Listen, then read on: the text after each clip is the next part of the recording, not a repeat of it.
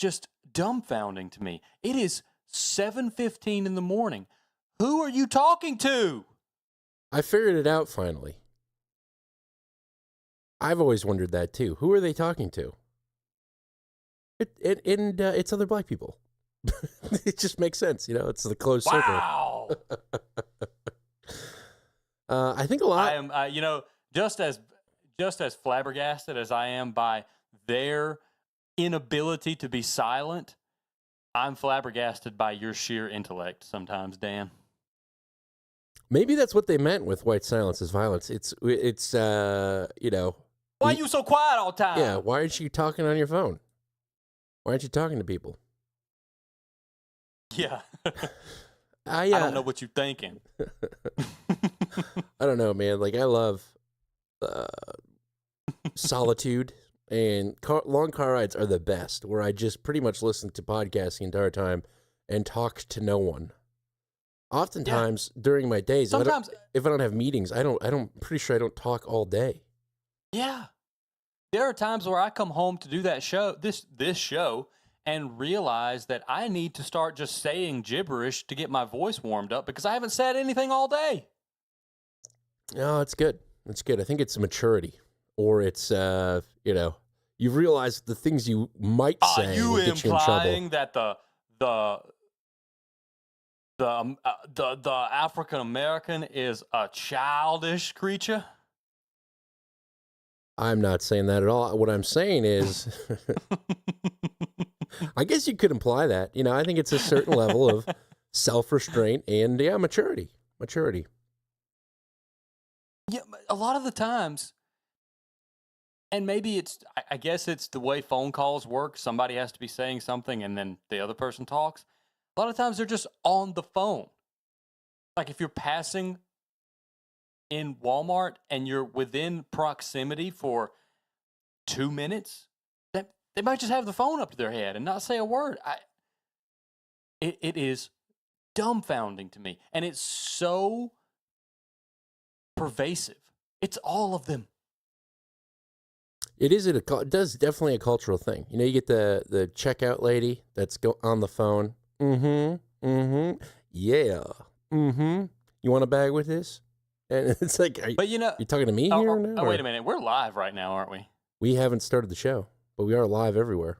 Oh, okay. That's fine. Yeah, but I've noticed something. The ones that I come across regularly by trips around town, the ones that I don't see on the phone are some of the funniest, most personable people I come in contact with. Yeah, that's my experience too. We were Lisa and I. So the lumberyard at Menards. Are you familiar with that?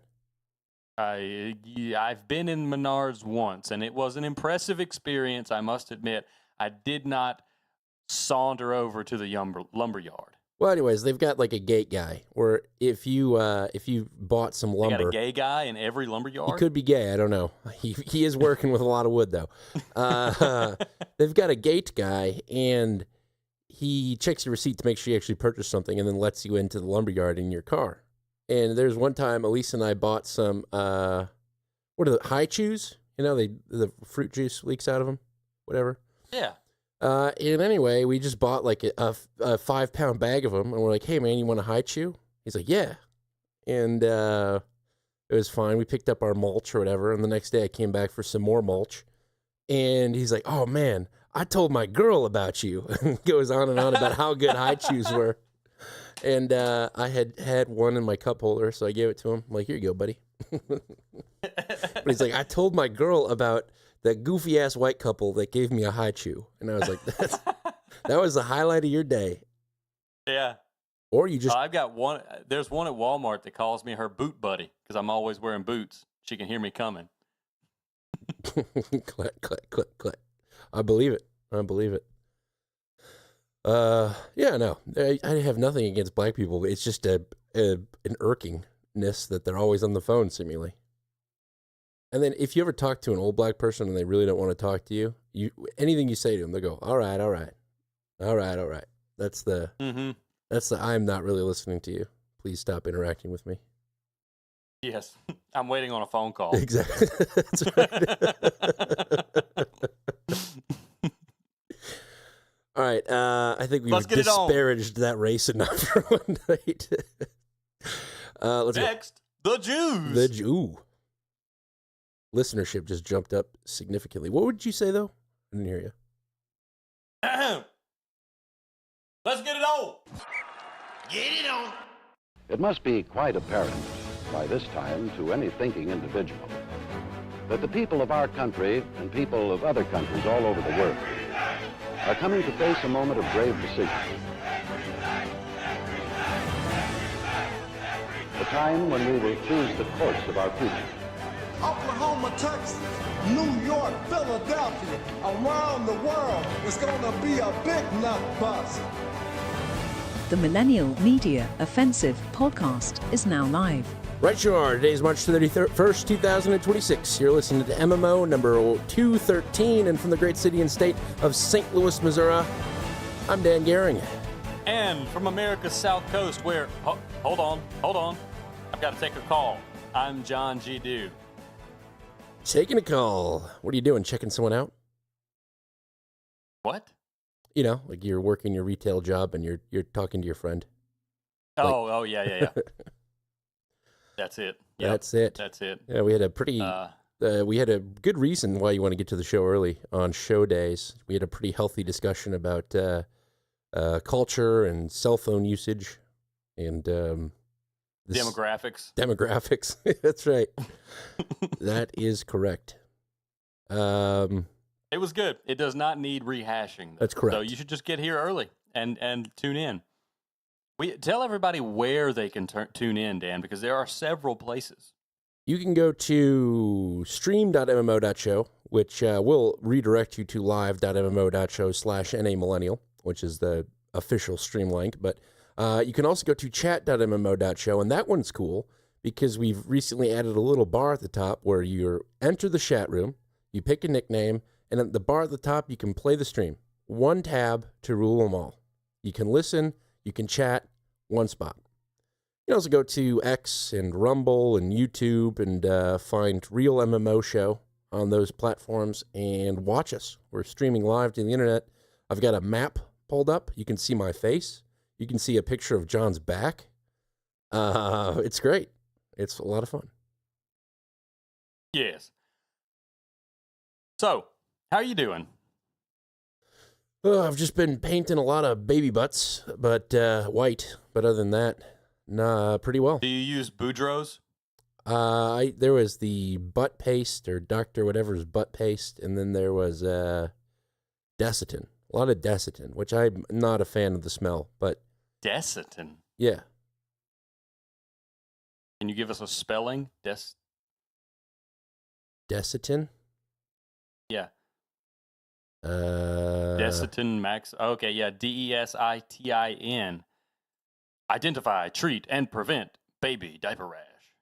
Yep. Number one choice of pediatricians with an asterisk. I've never heard of this.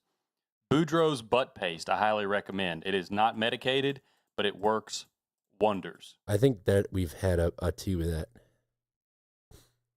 Butt paste. I can't believe I just Google image searched that.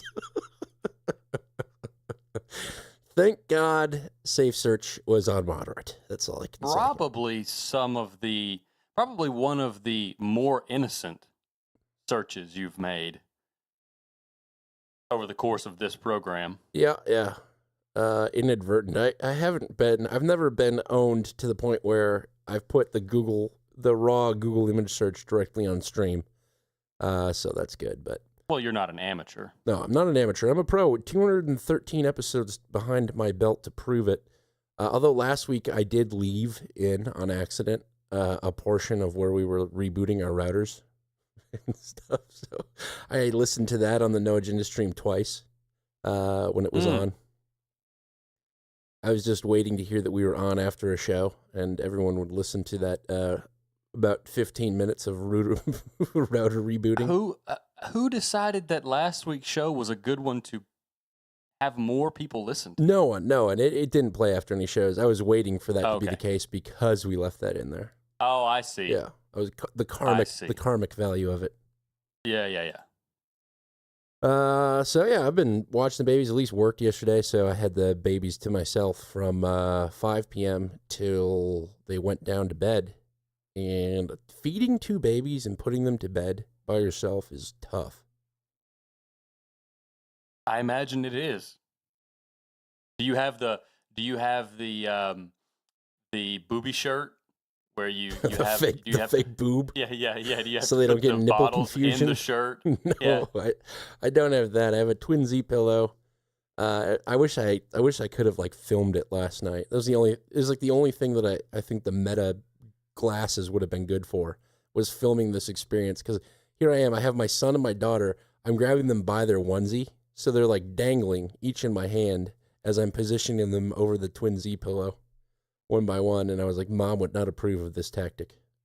But I don't know if I'll be able to explain this exactly in a cognizant way, but I've gotten into a habit of anytime my daughter wants me to pick her up, if she's standing in front of me with both hands up, and it's really cute, she has started saying "hold you" because people ask her, "Do you want me to hold you?" And she just says "hold you" Sure. when she wants to be picked up. So I will grab with my right hand her opposite arm on her bicep, pick her up with her kind of on the outside of my right arm, and then Sure. flip my elbow up so that she's resting on my shoulder, kind of Superman pose. And I can do it so quickly now that it's really funny to watch people's reactions, especially in public, because I just scoop her up, put her on my shoulder, and people go immediately from, "What is he doing?" to, "Oh, that was kind of cool." Kind of cool indeed. Yeah, I started doing this whoa. So they like to stand and Teddy likes to bounce. And so I'll go, whoa, and I'll swing him back like he's falling over backwards, and then I'll swing him forward and go, whoa, and he loves it. Lucy, on the other hand, is like, all right, enough. Enough of this. Quit with the horseplay. That's right. Teddy will laugh at anything like his old man, and Lucy is easily unimpressed. Well, that's good. That's a good disposition for her to have. I agree. That means she's not going to fall for all the BS that all those women fell for with my BS. All those women. All yes. Binders full of them. Like a yes, Mitt Romney. binders. Yeah, St. Louis Mitt over there. Okay. Well, I wanted to ask how you were doing because I feel like last week we jumped right in, and it was just the technical difficulties had a lot to do with the being off because I didn't realize there was a delay for quite a while. So I was wondering why our energies were misaligned, if you will. But it was literally just a technology issue. Yeah, the delay, and then I had a lot of issues. I've done a lot of work on the local network here. Tried to optimize my computer settings through quality of service on the router. Just working a lot with Claude. I gave Claude access to my router, which was horrifyingly scary. I didn't know, and this is probably going to make the nerds in the audience laugh. I didn't know you could SSH into your router. Like it's a Linux machine pretty much running. I just never knew it. I just thought it was a thing that had a UI and no back end. Turns out the back end is pretty cool. Wow. That makes sense. I never was aware of that either, but I don't know why I would be. But it makes sense that that's there. Yeah. So we should be good to go. If there is a delay or sort of a dropping or anything, then yes, it was a bad decision to let Claude have access to it. But I've also blocked the entire country of Brazil. Ah, why did you do that? There was some sort of SYN attack going on my router, SYN, that was identified by these attempted connections, and it was like constant, and they were hammering us. So I think it might have had contributing to a poor performance in my network. So after blocking a few IPs, Claude was like, "You want to just block all of Brazil?" And I'm like, "Sure, sounds awesome, actually." So Give me that red button, Claude. that's right. Who else are we nuking? The power's gone to your head. Right. It was pretty. It's Well, a pretty hey, cool you know what video. that tells me? We've made it. Yeah, the entire country of Brazil wants us off the internet. So we killed them. Yeah, that's right. That's right. They are the B in BRICS, right? Yes, they are. There you go. That's Brazil. 3 more letters left. Russia, you better watch out. I think Russia likes us. I think they think we're doing their bidding or something. Yeah, I think so. We maybe we've carried a few glasses of water for Putin in our day. Just a few, though. Just a few. Well, I'd be remiss if we didn't talk about the news. Yeah, I know you're really hard up to talk about Iran every week lately. Well, it's what everyone has been talking about. It's kind of I wouldn't say boring, but I think you sent a pretty interesting message that said you're pretty torn on how things are and the state of the world. I equated it to a time I got lost turkey hunting, where I Yes, was you did. deep in the woods and didn't know where to go. And I said, I think that's where kind of the Trump admin is right now, deep in the woods, not sure which path to take. Yes, looking for the Gobletoya. Sure. Or the gabagool. I mean, I don't know if I would trust any gabagool that I found turkey hunting. That's probably not, probably advisable advice. But talks of ground invasions and the polling and everything, it's just a chaotic trumpet, especially in the mess. I filled up my tank this week. It was $75 to fill up my car. Yep. And I turned to Elise and I said, this is not good for the midterms. This is pretty much the death nail right here. There's still time. I mean, there is time, but we are, I think in the next week, we're probably going to witness the decision to take one of 2 or 3 roads. And once you take those roads, we'll know how it's going to end up more or less.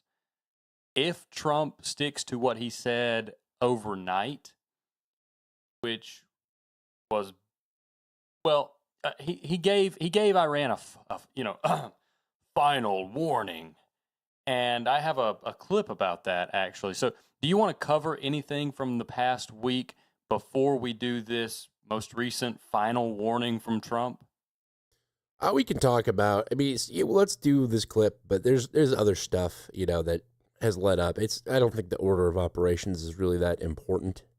So then shoot. Let's do it. Aircraft ready to be brought into the action. Fox News alert: commandos from the most advanced special ops teams in the world have just arrived in theater. The Army Rangers and Navy SEALs, and they're joining the 3,500 sailors and Marines that have just taken position in the Middle East on the USS Tripoli. The 31st Marine Expeditionary Unit is also on board, and a ship full of transport and strike fighter aircraft ready to be brought into the action. Alongside of them, the most elite paratrooper unit on Earth, the 82nd Airborne Division, who are ready to hit the silk as the president issues a final warning. Quote, if for any reason a deal is not shortly reached, which it probably will be, and if the Hormuz Strait is not immediately open for business, we will conclude our lovely stay in Iran by blowing up and completely obliterating all of their electric generating plants, oil wells, and Karg Island. Clock's ticking for the mullahs to make a deal, or lights out. The terms are clear: no nukes, no uranium. These people are lunatics. They are insane. They are religious zealots who can never be allowed to possess a nuclear weapon because they have an apocalyptic vision of the future. Hey, we're talking about the Iranians. Lights out. Yes. Yeah, that's not good. That's not good at all. And I think... Well, but here's the thing. if we do that, if we don't come to a deal and we just blow everything up and plunge the poor Iranian people into absolute chaos, can you imagine? And I know the Iranians don't necessarily live in the kind of inherently dangerous multicultural pit that we live in America, but can you imagine in any country, in any modern country, having to exist for months on end around other people who also get hungry and uncomfortable without power? Yeah, the power is a big one. Yeah. I actually pulled, I forget what this is from. I think it might be from the DW, and it talks about kind of the Persian American or the Iranian American kind of feelings about the war now. But before you play that, I just want to say, if you don't feel this way, please do tell, because there are 1,000 different ways to feel about this, no matter what the idiots on social media and the news want to tell you, that there's one or you're either with us or against us. There are 1,000 different nuances here that can color the way you feel about this conflict, from the history to the most recent tanker that just got hit today. But if we do that, if we take out all the infrastructure and basically rubbleize Iran back to the pre-industrial revolution, and then we come home, that to me is probably, as far as American blood goes, the best option. The best option on the table. Yep. Bomb Iran into the sand? Bomb Iran into the sand. And because it's that kind of thing where if you leave now, you've done irreparable damage, not only to your reputation, nation that is able to exert force and enforce demands, but you're also leaving everyone that you would like to have as an ally in the region to stand on their own after you used their airspace and their nation as staging grounds to attack Iran. So we're in too deep is basically what I'm saying. Yeah. And it can't be a Vietnam scenario where we just declare victory and leave, because the criticism will immediately shift to why did we even go in the first place? I think that's what the narrative has been building up to, is this pretext for here are our objectives. And you've heard Hegseth screaming at people about this. Our objectives are very clear, mister. Destroy the Air Force. Destroy the Navy. Destroy their ability to refine nuclear material. Kill the leaders of a religious order in Iran. And maybe there's one or two more. But they've really come out this week and have started hammering home these very identifiable and measurable goals. And I think they're setting up the ability to just bomb everything that could be considered a target and leave. I mean, we can bomb them all day. Now that we have air superiority, we've got, I forget those dumb pretty much gravity bombs that we can drop out. We can produce those forever. They're cheap, and we've got a stockpile of a bazillion of them. So that would be. And this is what we talked about. This is what we had a clip last week talking about the transition, the transitioning bombs. We joked about the wig and the lipstick on the bombs. We're transitioning from smart bombs to dumb bombs because the bombers aren't. There's virtually no threat to bombers now. Yeah, full air superiority. Period. But I think any boots on the ground in mainland Iran is taking the other road. And if you take that road, you don't leave. Because if you leave quickly, after taking that road, after trying to physically secure the term that has arisen this week, much to the chagrin of anyone that can remember what they ate for breakfast, the yellow cake. We're trying to secure the yellow cake again. Okay, great memories of that. Weapons of mass destruction. Do that, you're there. You're there. You're in Iran, and you don't turn around and leave after that. And if you do, I'm a moron. I've got no idea. I've lost the plot. If we go in, we seize the yellow cake, and it is demonstrable that we did so, and then we're able to turn around and come back home immediately. I don't think you can. So you think the path that they're going to take is just bomb Iran? I think it's bomb every piece of military and civilian infrastructure that you can put on a target list. I don't love it. What about the island seizures? Is that off the table now, or is that still part of the potential plan? No, I think that's why I made the distinction between putting boots on the ground on mainland Iran and putting boots on the ground on the islands. I think when we start bombing energy infrastructure, we're probably going to land on Karg Island, not Qashem, because we're not interested in staying long term. And if we were, you'd have to secure Qashem. You couldn't have rockets and drones firing at your backside when you're trying to carry out operations on mainland Iran. But since we're just going to go the infrastructure route and the rubblizing route, I think we hold Karg Island long enough to ensure that the failure of Iran's electrical grid doesn't damage any of the infrastructure there in a long-term manner. And once everyone in Iran is worried about finding a can of beans and finding some creature comforts, we hand it over probably to the Saudis and say, here's your island back.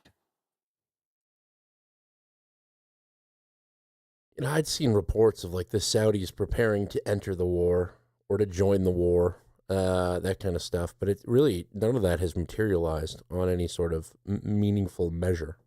But there has been, now last week, the talk was 100% Karg Island. There was, as far as the mainstream and all the news stations knew, there was only Karg Island. There were no other islands. We were talking about Qashem. But this week, the analysis on mainstream has shifted towards islands towards the choke point of the Hormuz Strait, the Hormuz, as we call it, strait. Yes. Well, Qashem is right there at the choke point. Qashem is there, but there's another smaller one off the head of Qashem. If it's an old guy with a boner island behind that guy's head. There's this one little dot called the Rock, and it sits right at the peak of the Strait of Hormuz. Wait, did we say it's not very straight? Did somebody make that joke? For being a strait, it's not very straight. Well, they should. People should have. I'm trying to find the folder at which I put the CNN analysis of the islands here. Potential ground invasion, CNN 1. Yeah, I thought this was interesting. This was Aaron Burnett talking to people and just being a general dislikable Karen. But here we go. President Trump is weighing several options that could result in heavy U.S. casualties. It's a heavy sentence to say, but that's the reality. And according to Axios, on top of invading Karg Island, a move that Trump, of course, we've pointed out, has talked about since 1988, the Pentagon is also drawing up scenarios that involve military action on several other Iranian islands. Oh, yeah. Let me ask you to look again at a map. Those islands key to Iran's oil production, as well as control over the Strait of Hormuz itself. Axios is now reporting specifically on some other possible invasions, and I know Seth had spent time talking about two other islands closer to the Strait of Hormuz, and also seizing the Iranian ships that are carrying Iranian oil, even as they've taken away the sanctions that would allow Iran to sell that oil. But being contradictory doesn't stop them. Does it sound to you that we're on the verge of a potentially dramatic escalation? It does, Aaron. Now, it doesn't mean that it's going to happen, but the likelihood has increased that it will happen. And what we're looking at is the increase in the force posture by the U.S. forces. The fact that not only do we have about 50,000 troops in the region right now, but we are also getting more. We're getting more airplanes, more Air Force squadrons are coming in, fighter squadrons are coming in. We have, of course, the two MEUs that are, one is basically there already and the other one is approaching. And then you also have, of course, the 82nd Airborne. So all of those elements are critical elements for America's firepower in general, and they don't make deployments like this just to have an exercise. This is a demonstration of force that could easily be used for actual combat operations. And every time so far that Trump has done that in this situation, frankly, even with Venezuela, he's used it. I mean, you know, that doesn't mean it's going to happen, but that's the trend. Seth, when we talk about Abu Musa and two other smaller islands, you had talked about those. Axios is now reporting that he is indeed looking at those, and you had already said that was possibly a very likely option because they're in the strait as opposed to hundreds of miles north of the strait, which is where Kharg Island lies. So if Abu Musa is the target, then what does that look like? Well, I think, Aaron, we've already seen partially what it looks like because what we've seen is U.S. aircraft striking a range of different targets on Abu Musa and several of those islands there. What that means is they're trying to target any air defense systems on there, stockpiles of weapons, any bunkers, communications centers, where if they do end up landing forces there, they're trying to limit the resistance that is faced. One thing that we have not seen a lot of is the bombing of those of airstrips in case they wanted to land aircraft like those runways, C-130 or C-17. So that all suggests the possibility of amphibious landings to seize those islands, which could be used both for defensive purposes if there were incoming strikes to target the any transits of the Strait of Hormuz, and offensive operations into Iran itself for strikes. And I know that, Colonel Layton, you said that the amount of warning time that troops on those islands would have from a missile from Iran could be as little as 10 seconds. That's right, so, depending on where the missile is and what type of missile. Which fits with what we're hearing the Pentagon is saying, that the scenarios they're looking at involve a very high level of potential casualties. A sobering moment, especially given some of the... Yeah, especially given some of the whatever. So let me say this. I'm looking at, you're familiar with S2 Underground, Fight in the Shade? Yeah, yes. I'm looking at his ArcGIS map, which is basically an event and asset tracker map. And he reports that no installations on Abu Musa have been hit. Abu Musa. But he has the attacks on Kharg Island marked, and a little bit closer to the strait, further southeast from Kharg Island, there's an island called Kish. And he has marked that we've taken out 4 assets on Kish. Let's see. That one doesn't say what that was. A radar was struck. Yeah, so we took out 3 radars on Kish Island. Well, there has been, I don't know if we've talked about it here, but there has been kind of a blackout on the GIS data, like map data. There's been a 2-week delay installed in what's actually going on the ground in Iran versus like the satellites aren't publishing the images that they used to, the publicly available images. So yeah, we covered that a little while back. Okay. So I don't know if, CNN's got information that he does not about Abu Musa. But the other island, and it was in a longer report that they put together, but I didn't clip, was Larak, which makes a little bit more sense because it's right on the tip there. But Abu Musa would be an easy one because it's closer to Dubai than it is Iran. So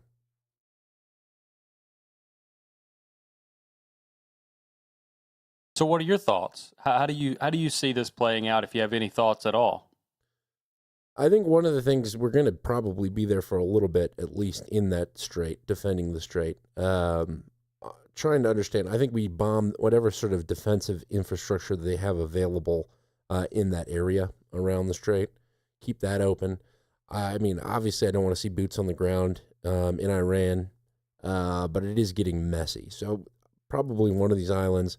Karg Island is going to be interesting because the Iranians don't want to destroy it. They might, if their back's against the wall, it could be an option. So I think it might be a safe place with a regime that's not reactionary to take, because it would be detrimental to everybody in the world, including Iran, if that goes up in flames. So we'll see. But if their goal is to cause the maximum amount of pain worldwide, I think blowing up Karg Island would probably be Iran's best move. Not for its longevity, but for hurting everybody.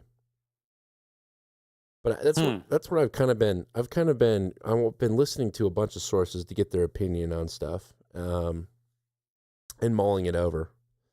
But I thought this was an interesting perspective of Persians from in the U.S., what their worries are and thoughts of a ground invasion. Kind of a boring analysis for the ground invasion, because she's just basically saying the same thing as the general populace. But the worries of the Persian people is interesting, because it is kind of the worries that you've just laid out.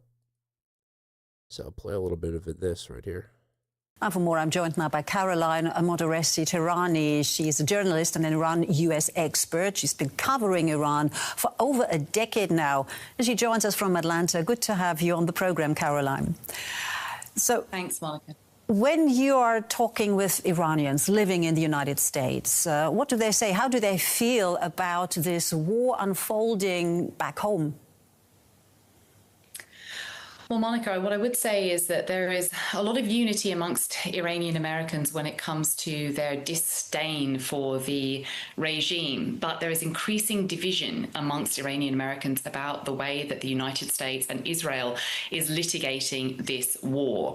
There are a large number of Iranian Americans who are very concerned about the way that the United States is once again embroiled in a conflict overseas and attempting to regime change. You know, there are some reminiscence of Iraq there, and people are extremely wary of the intentions of the United States and, of course, of Israel. And then there are some others, particularly who are on the west coast of the country, who are far more open to the idea of the United States potentially being able to bring about some regime change. But I would say, Monica, as this conflict has continued now into a month, I'm increasingly hearing more and more people being very fearful that there will be not much left of the country and infrastructure for civilians if the war continues to go as it has been going. So that clip was pretty good. And it kind of highlights what we were talking about, too. Infrastructure damage, blowing it up, destroying the country. Yeah. Not gonna be popular. Crispy. And okay. Crispy boy. Gotta get a new aux cord for that guy. New Christmas gift idea for John, except it should be in his Easter basket. New aux cord.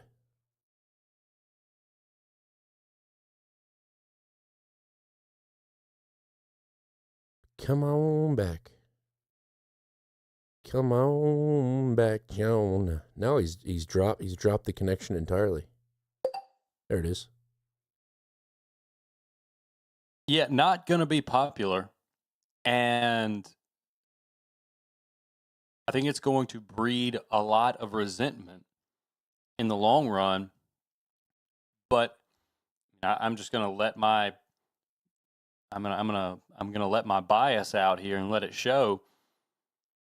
If that's our way out and that keeps Americans from dying in Iran, then I say do it tomorrow. Do it tonight. Yeah. Outside of a ground invasion, I think the island holding is going to be a thing for sure. I think we're definitely going to put people on Iranian islands, but the mainland. We can't. Okay, here's the problem with holding the islands.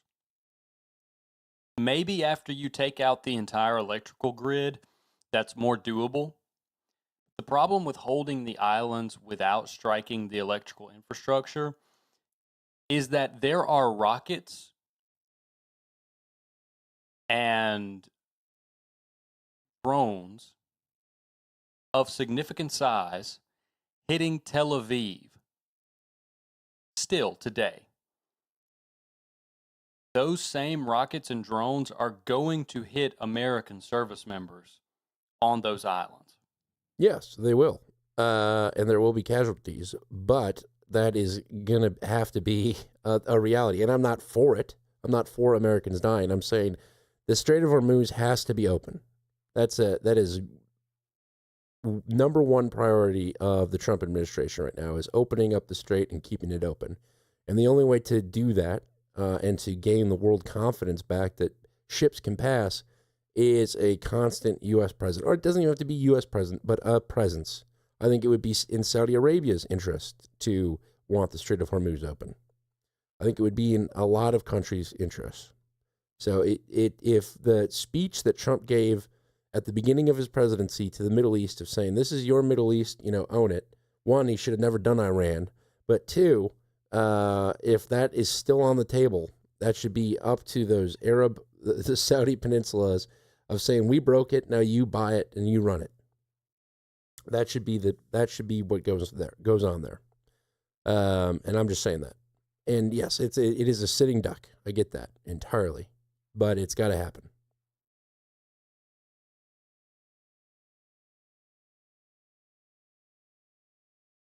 From a pure strategic standpoint. Well, I think I'll take that. I'll accept that. Say, okay, we've got to hold the islands, Karg, and maybe a few in the strait. We've got to hold the islands. I don't think you hold the islands. I think holding the islands and hitting the civilian infrastructure go hand in hand. Probably. It's too. You shed too much risk by hitting the civilian infrastructure for little cost to not do it. Yeah.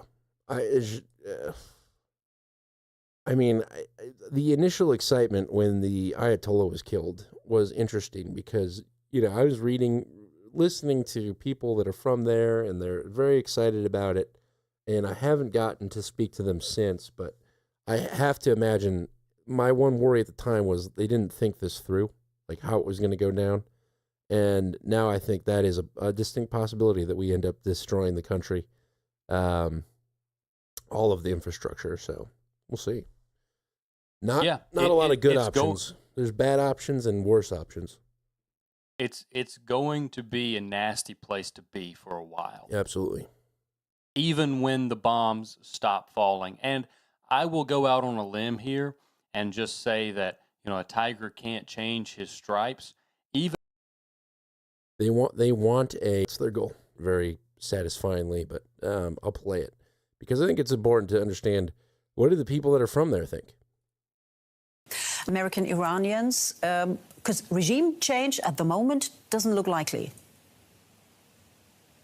Yeah, I think that's a very good question. It's a difficult question, Monica, for a few reasons. One is that the majority of Iranians, not just outside of the country, inside the country, from the limited polling that we have stated that they want regime change. The how you get to the regime change is really the question that has caused so much of the fissure and fracturing amongst not just Iranians here in the United States, but also inside Iran as well.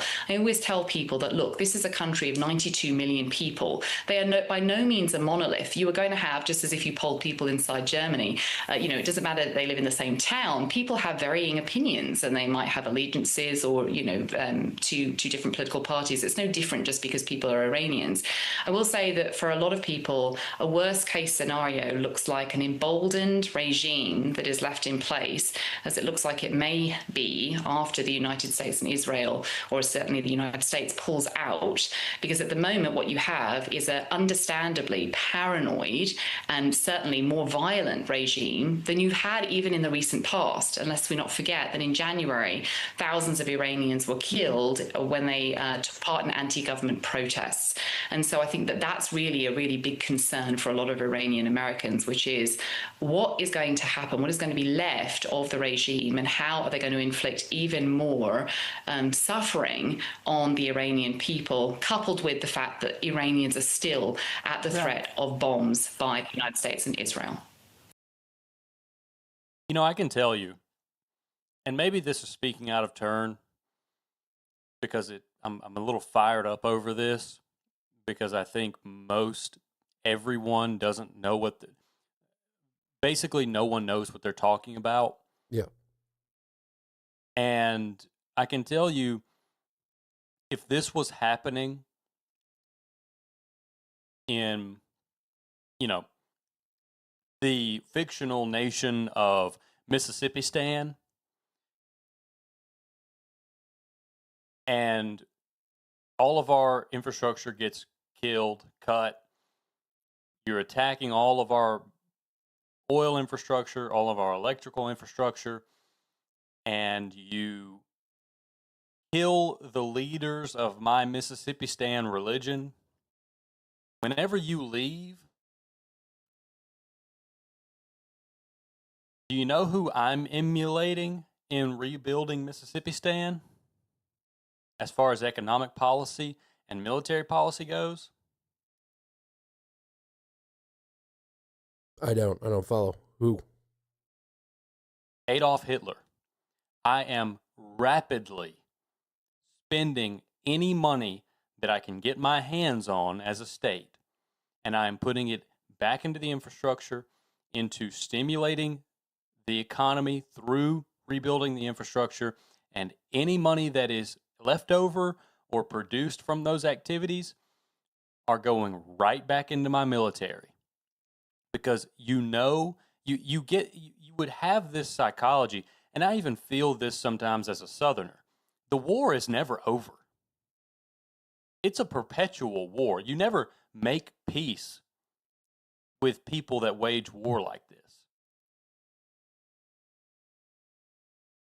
And I think that's something, it has to be something that some very clear-minded people in Iran understand.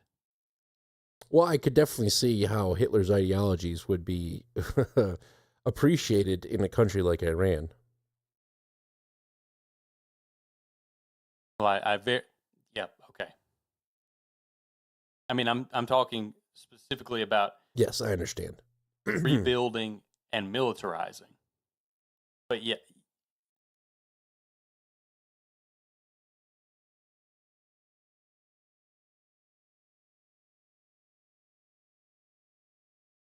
You there?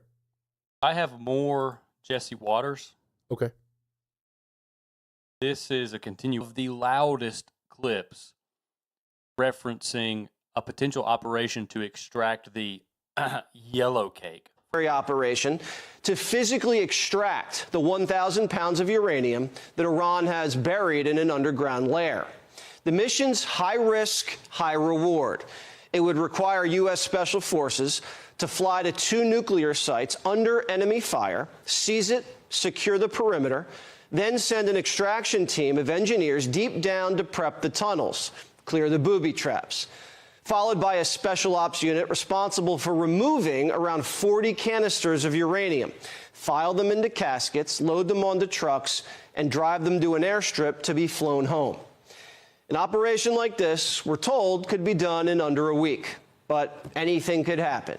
We've removed nuclear programs like this before, after the Soviet Union fell, but never under combat conditions. A key to success would be maintaining complete air supremacy. Our F-18 Super Hornets continue to launch from the USS Lincoln, neutralizing targets day and night. Our stealth supercruiser F-22 Raptors have full control of the skies, and so do our B-52s, doing what they do, Iranian air defense is so completely destroyed, we're refueling right over their capital. The USS Lincoln also launching Hawkeyes, nicknamed the Eyes in the Skies. They're transmitting real-time surveillance data back to CENTCOM. This data is then sent to our fleet of Blackhawks to transport troops and bring in logistical support. Yeah. Here at Raytheon, we support all of your amendments. That's funny. The AB, as simple as he laid it out, like us. Simple as. There's so much that could go wrong, and he implies it with the high risk, high reward, but just kind of glosses over that and then says, "This is what we could do." Well, it's basically it's softening up the body politic. It's softening up the Trump supporters so that if this happens, if we send teams in to do this, basically the narrative covers you either way. Either it was high risk, high reward, and we're so good that we achieved the high reward, and look at how awesome and bad to the bone we are. Or if it goes wrong, you have Donald Trump, who's inevitably going to blame someone else, and then you get to pin it on someone else and say, well, it was high risk, but we would have gotten the reward if it wasn't for incompetent bumbler X who just happened to be involved. Right. I want to point out something Potty Mouth said, because I think it ties into your Adolf Hitler comment earlier, where Jesse Waters mentions the Soviet Union fell. And he mentions that we've done this before. Once the Soviet Union fell, we went in and we secured the yellow cake and got out. Not in a combat zone, but he does make a good point that Russia has more nukes than anyone in the world since then. So it's kind of something to hang your hat on there. Yeah. Which is an entirely different conversation of why are we doing this at all? And that's well, so like Harry Enton was running some numbers, and he had a comparison to this versus the Iraq war, the initial invasion a month in. And Bush's polling numbers were significantly higher than that of Trump's. And it was, at least there was like a reason that was stated ahead of time. You know, it wasn't a very good one, as you pointed out, the yellow cake. He's got weapons of mass destruction. But there was a stated reason, and we were kind of fresh off, not super fresh off, but the fear and the panic of 9/11 were still very much present in the American populace when we went in. When did we go in? 2003, 2005? I can't remember when we made the switch to Iraq.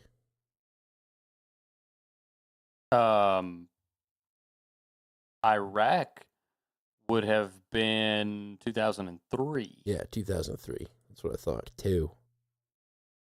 And had I known at the time, I would have thought it was mighty odd that we were in Afghanistan.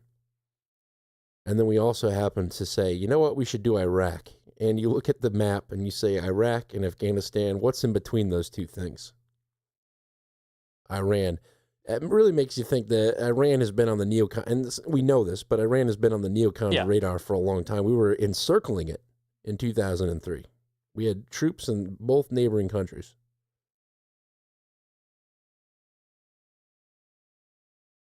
Yeah, and you I mean, you can excoriate me for this if you want to, but I try to put myself in other human beings' shoes sometimes. And when you make the comment about their nation being encircled, you wonder why they went off to fight in those neighboring countries against the invading force. Right.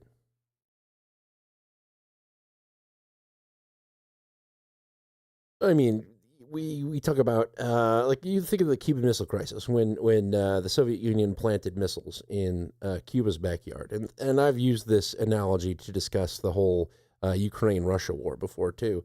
But it's the same concept with Iran. We've encircled the country, obviously threatening their security. We don't like the way that they do things from our perspective. And so you get militant and you start making Shahed drones that are cheap but very effective, according to the results we've seen the last couple of months. And yeah, we wouldn't like it if somebody was in Cuba pointing missiles at us, and they probably didn't like us being there. So you are a stooge for the mullahs, John. Yes, of course, because obviously they're subhuman, and I shouldn't try to relate to anything to do with anyone that doesn't get down on their knees and put their hands out when Donald Trump walks by. I'm doing my part. Okay. And I said this is a different conversation for a different time,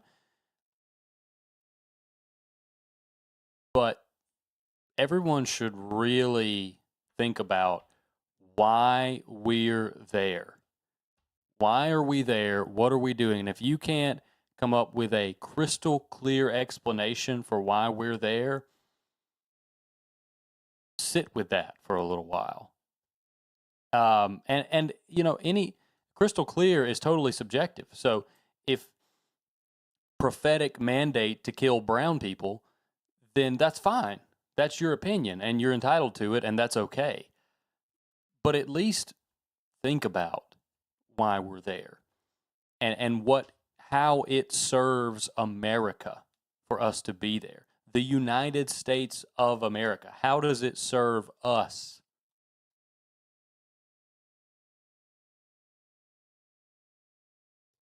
Yeah, and I think that's really the thing that Trump missed on starting the Iran is there was no explanation. We just did it overnight. To the point that our Secretary of State said we did it because we had to, because one of our allies was going to do it, and we had to do it because they were going to do it.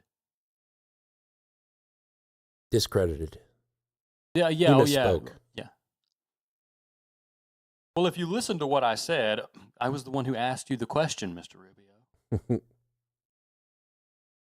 Yeah, it's been a mess. It's been a mess, but I hope that when we look back on it, we just remember it as a very decisive, tragic for the Iranian people, but decisive operation that is largely relegated to the footnotes of the history books. Oh, gas prices went up for a few months. All right, very good. Moving on. Yeah, that is the life. If the gas prices can go back down, then no one really cares at the end of the day. Yeah, no one cares. Doesn't matter. It doesn't matter if the Iranian people are tearing one another apart in the street, all while being bombarded by a neighbor. That does not matter in the American political life. No. The status of the American people could not matter less in American political life, which is why you've seen this war prosecuted in the way that it has been prosecuted. There is always an eye on political expediency with this administration. Right. That's why you keep hearing it declared that we've won. I think Hegseth was on a clip last night saying there was a regime change. Like the regime has changed, which is a weak claim. And we're negotiating with the regime. Well, who is in the new regime? We don't know. They don't know. No one knows. We can't tell you. They might get killed. Exactly. If we tell you, Israel will kill them. It might not be the worst strategy. I got more waters here, and this is I was kind of shocked to hear this from Waters because you have the American regime, the administration, talking about how it's over, we've won, there's been a regime change, all of this stuff. They're making these claims, and I get it. The position that you're in when you're fighting a war, whether, that's another thing. This war, and it is a war, it really has shown, if nothing else, it has shown how illegitimate and useless our Congress is.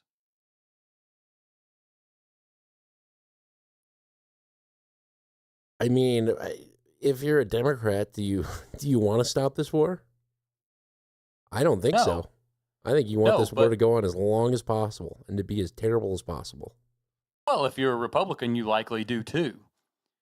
Yeah, if you're a neocon. But I say illegitimate because they're not guided by the charge laid out in the document that they swore to uphold when they took office. And I know, old man yells at cloud. Yeah. Constitution, this, blah, blah, blah. Okay. I know it's dead. I know it doesn't matter. But that doesn't change the fact that they've lost their legitimacy if the Constitution is dead, which has all kinds of implications. They still have control of especially for those of us in a place like Mississippi stand. They still have control of the police and the army. Yeah, but that doesn't make them legitimate. It doesn't make them legitimate, no. But they don't have to be legitimate if they control they control the violence. Yeah, I'm aware. I'm just saying there's a basis for rewriting the history books if you've got the brass to do it in today's America. I do have a lot of brass here in this house, but a lot of my neighbors don't. Nor the desire to do anything with the history books. No, man, it's all sports ball. Sports ball. That's crazy, man. Did you catch the game? That's right. So part of it is I like March because I do watch basketball and I can communicate with my friends, but then it's so disappointing where it's like, that is literally our communication. Unless I have watched sports, I really don't give a damn what you're talking about. The great pacifier. No. You're right. That is, how about we leave that discussion for another time as well? Sure. I found this interesting from a production standpoint, and I wish that I could convey the feeling of hearing this as I'm listening to this entire segment. But obviously, and it makes me wonder just how many takes you do as a news model like Jesse Waters. Because toward the end of his nightly monologue, which is published on YouTube, and that's where I get it, toward the end, they obviously shoehorn in the original opening segment, the cold open. And it's pretty funny because it's tacked right on at the end. And you can just tell that this was the original cold open. Sound bites and all. And then Trump gave his final warning and they had to redo the whole thing. So let's hear, we've heard about Trump's final warning. We've heard about extracting the yellow cake. We've heard about how Iranians are still fighting, and that's all part of the new package. Then we get this shoehorn at the end of what was, I'm convinced, the original cold open for Jesse Waters, and they just tacked it on to the end to make a segment. But it features Colonel Frank McKenzie. It's officially been 1 month since the beginning of Operation Epic Fury, and we've hit over 11,000 targets, destroyed 150 of their ships. They have almost no air force, almost no air defenses. Regime leadership's been killed. There's no command and control. Everyone's hiding underground and won't use a cell phone. Woo. With that said, the president says we still have over 3,000 military targets left on our hit list. The rump state's still launching missiles and drones and screwing around. Rump state. In the Strait and threatening to activate the Houthis. Although the negotiations, the president says, are going well. A lightning-fast ground operation on Karg or the Strait and lightning fast. Maybe even their nuke sites could be the knockout blow that the United States has been wargaming for. For many years, we've considered options along the southern coast of Iran, seizing islands, seizing small bases. You're not going to stay. But some of those islands you could seize and hold. If you seize Karg Island, you really can shut down the Iranian oil economy completely. And the beauty of seizing it is you're not destroying it. These are not back-of-the-envelope calculations. These are things we've been working on for many years. And I think we're right to threaten the entire littoral, to hold all these options out there. The next couple weeks could be the most dangerous and decisive of the war.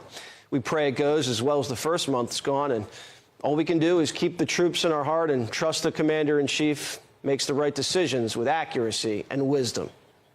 He got a placemat and he turned it on its back, and then he took a Sharpie and he drew a perfect map of the Mideast, and then he put the troop strength of every country on every border on that map, and it just it challenged a lot of the assumptions that I had been told about him. He has this extraordinary depth of knowledge about what's happening in each one of the agencies, and then he has an instinct for making good choices. All you can do is trust him. You can't criticize him. Trust the plan, Patriot. Pretty much. The inclusion of RFK at the end of saying he can draw the Middle East on a map. Cool. I probably could too. Wow. He remembers some of his education. Now, the troop strength is something that we wouldn't know how to address because we haven't been briefed on those kind of things. But it's funny because RFK mentions that encounter challenged his assumptions about Trump. I wonder how old that clip is that they're pulling out to say, please trust him. RFK didn't trust him, but now he does. So should you. You know, serial good decision maker RFK now trusts him. Yeah, I thought it'd be funny. Put a dead bear on a bike, you know? Oh, let's do a little heroin. It's nothing to it. The worm's dead. It's no longer eating my brain. Yes. Have I told you about my lust demons? No, I know. It seems like, you know, it can sometimes feel like we're all too quick to flip on the people that we've been excited about and excited about some of their policies. But they can't be immune from criticism. Once they're immune from criticism, you're basically just a lapdog in the same way that so many people were lapdogs for Joe Biden when he could barely walk.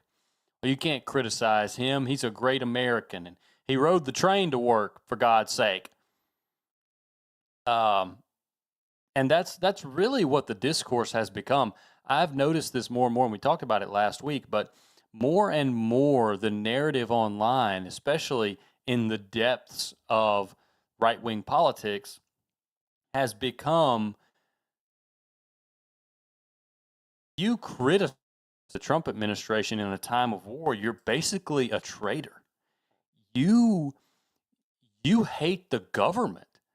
And I'm reading this going, yeah, I actually do hate the government. How'd you know? But it's being framed as a bad thing. You know, Yeah. You hate the government? And it's like, when did this, is all it takes for us to drop some bombs and call somebody a bad guy for you to just turn on a dime and take your paycheck and start criticizing Americans who have the gall to question the federal government?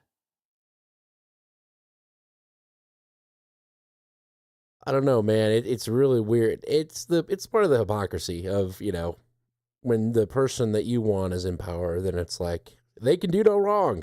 But when the other team's in power, it's you know, everything they do is awful. It's the moral hazard of putting any trust in any politician. Yeah.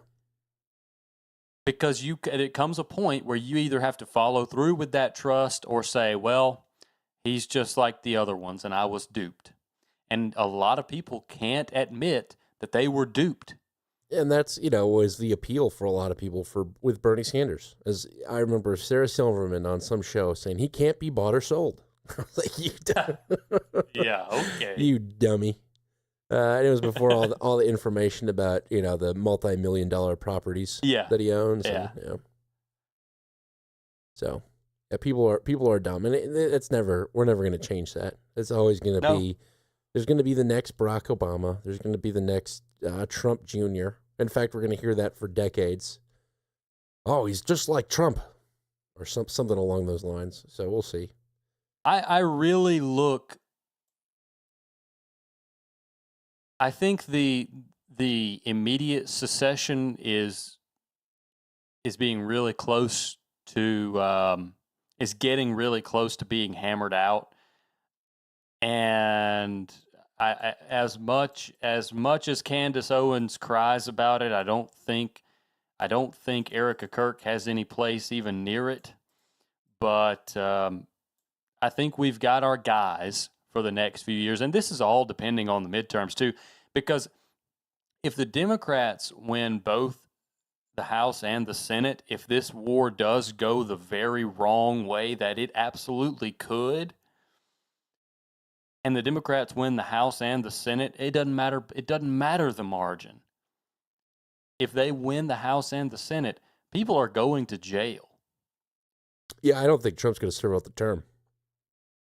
No, I don't think so either. I think the Democrats are so politically rabid that they will go on a scorched earth campaign against anyone and everyone associated with the administration.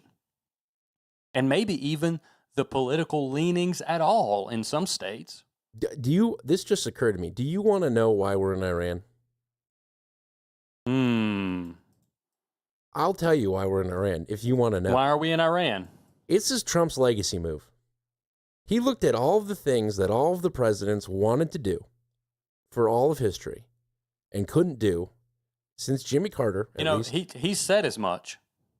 And he said, I'm going to take down Iran, and that will be my legacy. I will be the president that took down Iran and be a good boy in the eyes of, the neocons and all these other people. Well, here's the thing. If you're looking at this with any kind of shrewd political realism, and I think at least one person in the cabinet is, and that is Stephen Miller, I think you realize it in a very, very crystallized way,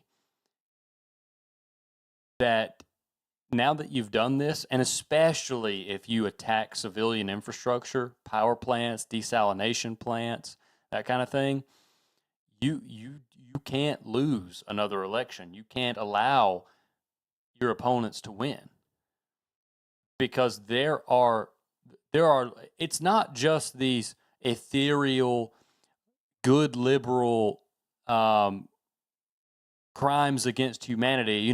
The International Criminal Court isn't going to summon Donald Trump and put him in handcuffs and march him and Bibi Netanyahu out into the back 40 and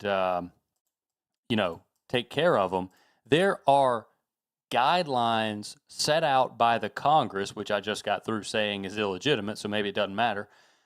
There are guidelines set out by Congress of things that constitute a war crime internally in the United States.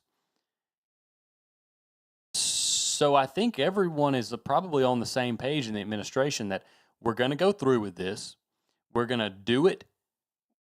We're going to be swift and we're going to be brutal. It's going to be Trump's legacy. And we're never going to lose another election either.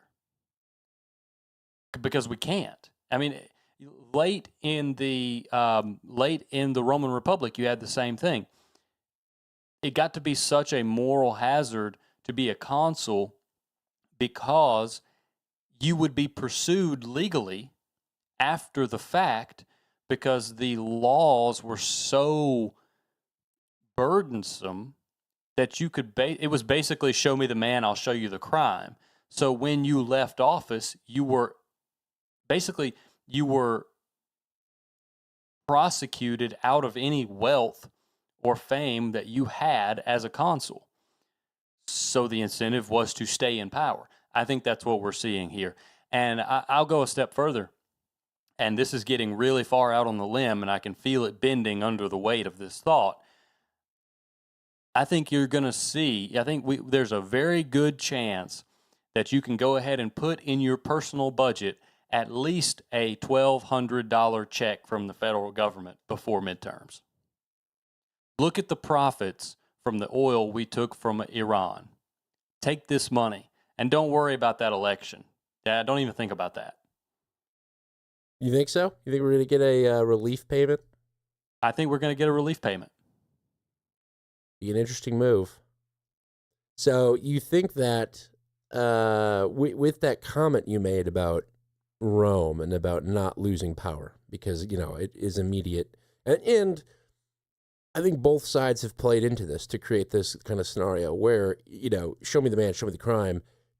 Sometime in the future, Trump gets charged with something if he leaves power, or if the Republicans or whatever this new group that's kind of merged with the neocons that we thought, Trump could have been the cure to the rules of the neocon for 20 years or 30 or 40 years in this country.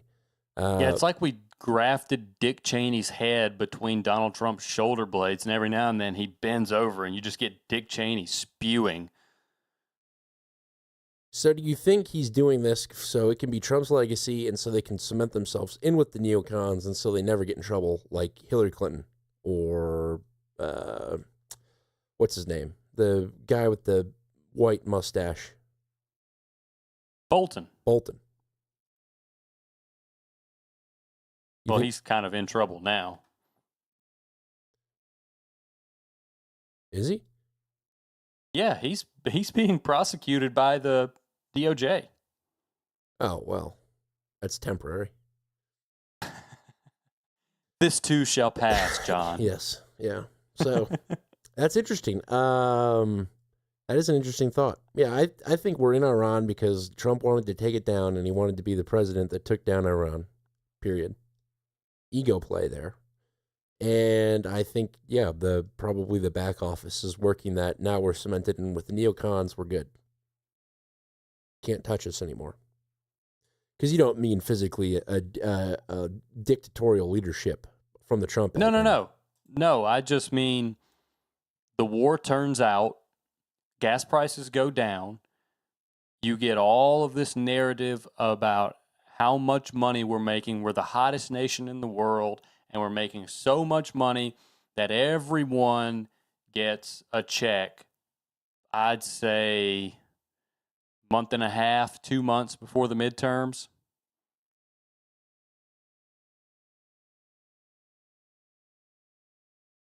That should probably and I'll say be this illegal. much. It should probably be illegal. I'll say this much, though. If they don't do that, if they don't have the midterms in sight and they don't do something to try to influence the midterms so that they can ensure that Republicans win and they won't be impeached and prosecuted, they're dumb. They're stupid. Well, they might. I think it'll probably be played off as some sort of undermining of democracy if those payments go out. Which, of course, but who cares? We got paid, baby. I can already see the culture war unfolding too.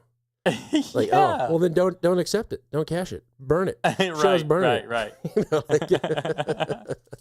All the way around it. So, I mean, we're probably nearing the end of Iran. I've got a couple of segments in this yet, but I thought an interesting point that I hadn't thought about was, have you heard that these supposed negotiations are supposed to happen in Pakistan? Doesn't ring a bell. So Pakistan has stepped forward to say, hey, we want to host the negotiations between Iran and the United States. They have put their foot forward there. Now, this woman is from the Green Party in Germany, and generally she's insufferable, but I think in this clip she makes a very interesting point as to why Pakistan would step forward. One that I didn't think of, but I should have, because we've talked about this relationship before. And so I thought I would bring it just because it's interesting. But Pakistan, has stepped forward to say we want to host the negotiations between the U.S. and Iran. And she lays out a point as to why that might be. And I found that kind of interesting. I think you'll like it too. Let's bring in now Bente Scheller. She is the head of the Middle East and North Africa division at the Heinrich Böll Foundation, which is affiliated with Germany's Green Party. Welcome to the program, and thank you so much for joining us. What do you make of President Trump's threat to destroy Iran's energy sites if a ceasefire deal isn't reached soon? How seriously should we take those threats? Unfortunately, we have already seen civilian infrastructure being targeted, oil plants, desalination plants. So I think we unfortunately need to take this seriously. And I think for the Iranian people, it is another sign that actually this war is not just against the regime, it is against the state of Iran.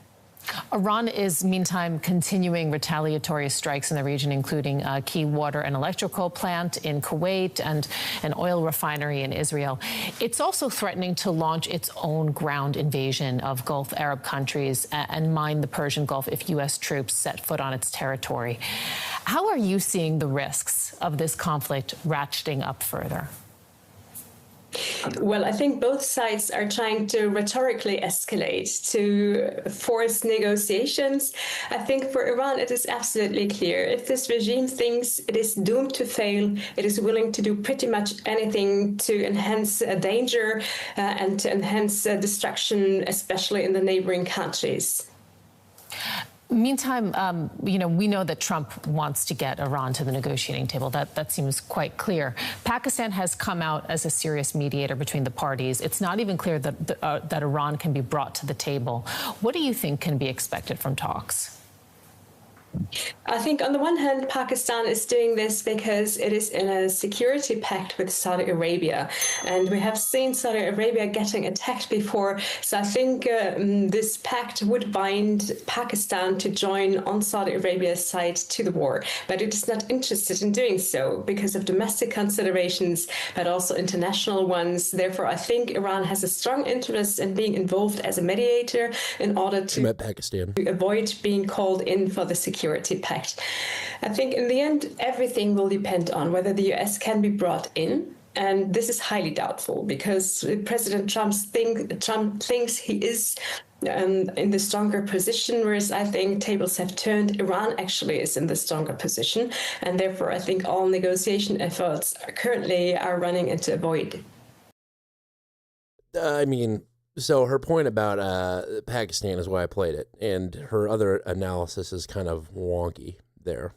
So it'll depend on if the U.S. wants to sit in the negotiations, and Trump thinks they're in the strongest position, so why would they negotiate, is effectively what she said.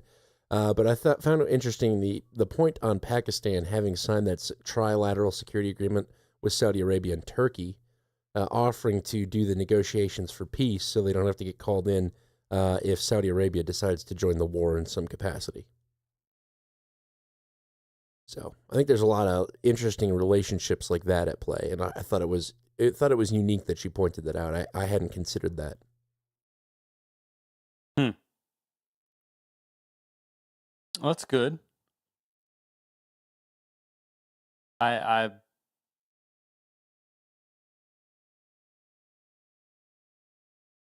something else to think about, definitely. Speechless. I've left him speechless. All right, well. What do you want to get into? Do you have any more Iran stuff? I have one more kind of update clip. Sure. It's the E3 Sentry destroyed clip. Are you familiar with these E3 Sentries? I've definitely heard the name. I don't know if I know what it is though. Oh yeah, the plane. Yes, it is it's a 707 airliner with the massive radar on the back. You've seen these. Yeah. We're down one now. You can play the clip if you want to. Okie dokie. Tonight, shocking new images of the vital U.S. radar jet destroyed in an Iranian attack that also injured 15 American service members, 5 seriously. That U.S. Air Force E-3 Sentry, its tail nearly severed. That distinctive radar dome that normally rotates atop the aircraft, providing real-time battlefield data on enemy positions and flight operations, seen on the ground at the Prince Sultan Air Base in Saudi Arabia. A U.S. official confirming to Reuters that an E-3 was damaged in the strike.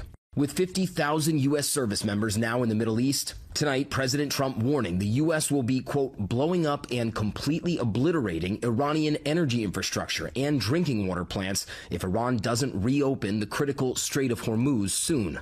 The president also claiming a deal with Iran could come shortly, saying the U.S. is in serious discussions with a new and more reasonable regime to end our military operations in Iran. Who are they? They're agreeing with us on the plan. I mean, we asked for 15 things, and for the most part, we're going to be asking for a couple of other things. But Iran insisting there are no direct talks with the U.S., saying the president's 15-point plan includes many requests that are excessive, unrealistic, and illogical.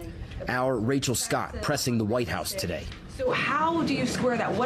How do you explain that discrepancy between the two? I think the American people are smart enough not to take the word of a terrorist regime that has chanted death to America for 47 years at their word. And tonight, thousands more U.S. forces arriving in the Middle East, including the USS Tripoli, with 3,500 Marines and sailors as President Trump weighs his next move. The New York Times now reporting hundreds of U.S. Special Operations Forces, including Navy SEALs, are also now in the region and could be used to help reopen the Strait of Hormuz, seize Iran's critical oil hub, Karg Island, or to hunt down Iran's highly enriched uranium. Hunt it down. Dig it up. We obliterated it. What are we going to do with it? Just keep it in a warehouse somewhere? Oh, we're going to give it to Israel, of course. Probably. I want to mention this because I saw it come up this week, and I don't know if we talked about it.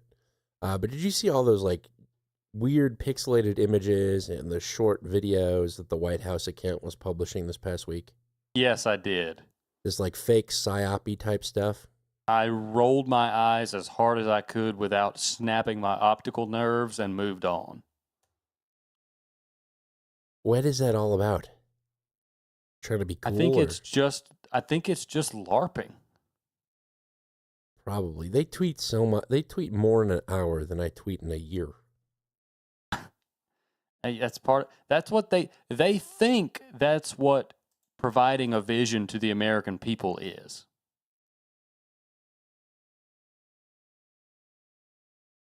Well, to be fair, they did sizably win the youth vote in 2024, so they got that game going for them, but we'll see.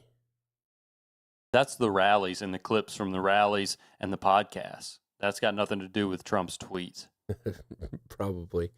It's not Trump's tweets, it's the White House account, but it's like in that same propaganda. You know, we were watching I'm aware. videos. Heard you got deported. Bye. That stuff. See, go ahead. Those were the cream of the crop. Well, they started and they were received well, and then they just did too much of it. Right. They kept going, and it's like, now it's cringe. It was cool. Now it's cringe. And, you know, the when millennials start saying things are cringe, then Gen Z's probably been saying it. They've been cringe for a while. Exactly. Yeah, but what they should have done was they should have whenever MTV Underbite, what's his name? The guy who was featured on that, and he threw a fit about his likeness being used. Oh yeah, I can see his face. The comedian guy. Yes, he's a comedian. Somebody in the chat room will know. Last night, what's his podcast called? Is it Redneck? Theo Vaughn. That's it. What they should have done was just said, yeah, thanks to Theo Vaughn. Theo Vaughn, we're through vaporwave posting. Sorry, folks. They should just stay topical. I don't know. They should consult Gen Z before they do stuff, because that's who they're targeting anyways. I didn't want to play this numbers clip because, we've been talking about Oy vey, which is what I titled it. Oy vey, my 401k. That's right. Harry Enton literally does it on the air. So I want you to hear these numbers. And I don't know if it's this clip or the next one where he mentions a bar mitzvah. So it's so perfect. But apparently he's Jewish. I didn't know this until this week. Here is Enton on the numbers. I mentioned, of course, oil. That is why we're talking about Carg Island and the Strait of Hormuz, and we're talking about gas prices here in the United States. And we are talking about increases that, frankly, we have never seen, at least over the last 35 years. Take a look here at gas prices. Okay, right now, the largest 4-week gas price increase since at least 1991. You have to go all the way back since the Bills played in their first Super Bowl to find increases this high. We're talking about up 33% just over the last 4 weeks. My goodness gracious. In fact, I went back through the record books. We're talking about an increase of $1 over just a 4-week period for the first time ever. The first time ever. That is why the Strait of Hormuz and Carg Island are so important, because essentially what has gone on, of course, is that the Strait of Hormuz has closed and it is choked off the oil supply that is heading out of Iran, and that, of course, has driven up gas prices here in the United States of America. But that is not all that's been going on. Take a look here. This, I think, really sort of gives the game away. Look at this. Economic measures since the Iran war began. Well, we spoke about gas prices, right, being up 33%. But look at the Dow Jones. Down it goes through the floor. We're talking about down 8%. Down 8% since the war in Iran began. And guess what? That means, along with the downflow that we saw earlier on, just before the Iran war started, that the Dow Jones has actually entered correction territory. It's entered correction territory. So oil prices climb ever higher, but the rest of the economy has been suffering. It has been suffering because of the war in Iran. Of course, we had all those years, right? All those years in which the stock market had been climbing.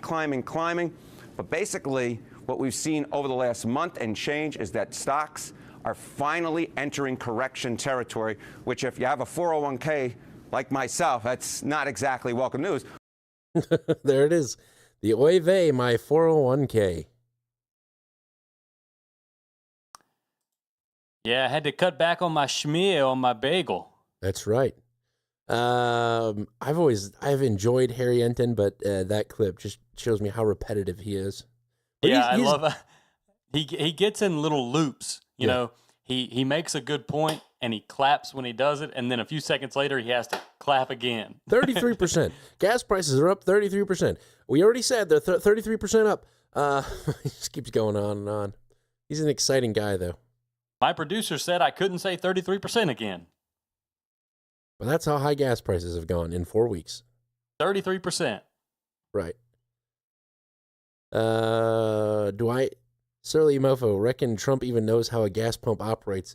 Probably not. However, I'm pretty sure he's aware of the psychological impact that it's having on American people.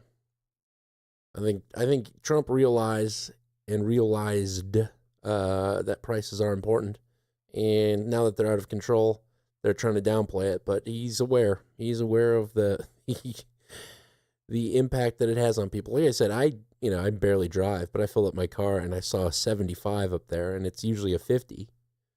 To credit Harry Enton, that's 33%. So makes a lot of sense.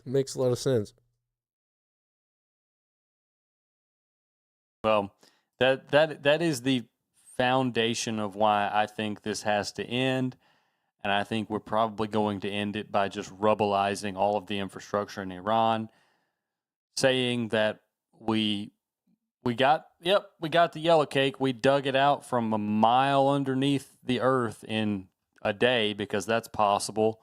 We got it. Mission accomplished. Good work, everybody. Trump may even, we're gonna have a classic. It's a new idea. I'm going to parade the riches from the war that we've prosecuted successfully on the state on the behalf of the state. And my advisors wanted to call it a triumph. We're going to call it a triumph. There's no really good play on that with Trump. Yeah, it's tough. But anyway, the point is, I'm making the Roman analogy again. You win the war, you come back, you tell everybody how good you did, you have the triumph, and you win the glory, and that's your legacy moment.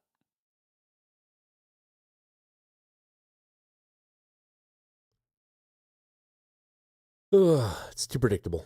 All right, well, we'll see what happens. Got a couple of weeks. We'll see if it's predictable. Right.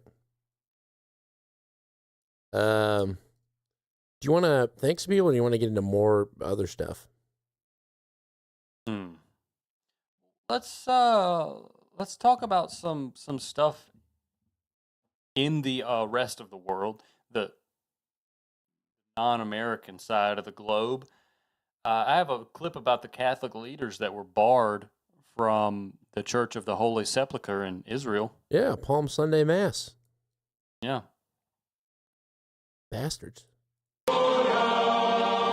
For the first time in centuries, Palm Sunday Mass was not held at the Church of the Holy Sepulchre in occupied East Jerusalem.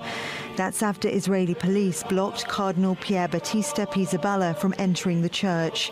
He's an archbishop with Catholic jurisdiction across Israel and the Palestinian territories. Officers said they were concerned for his safety, but the decision was condemned by European leaders, including Italy's Prime Minister Giorgia Meloni, who said it was offensive to anyone who believes in religious freedom.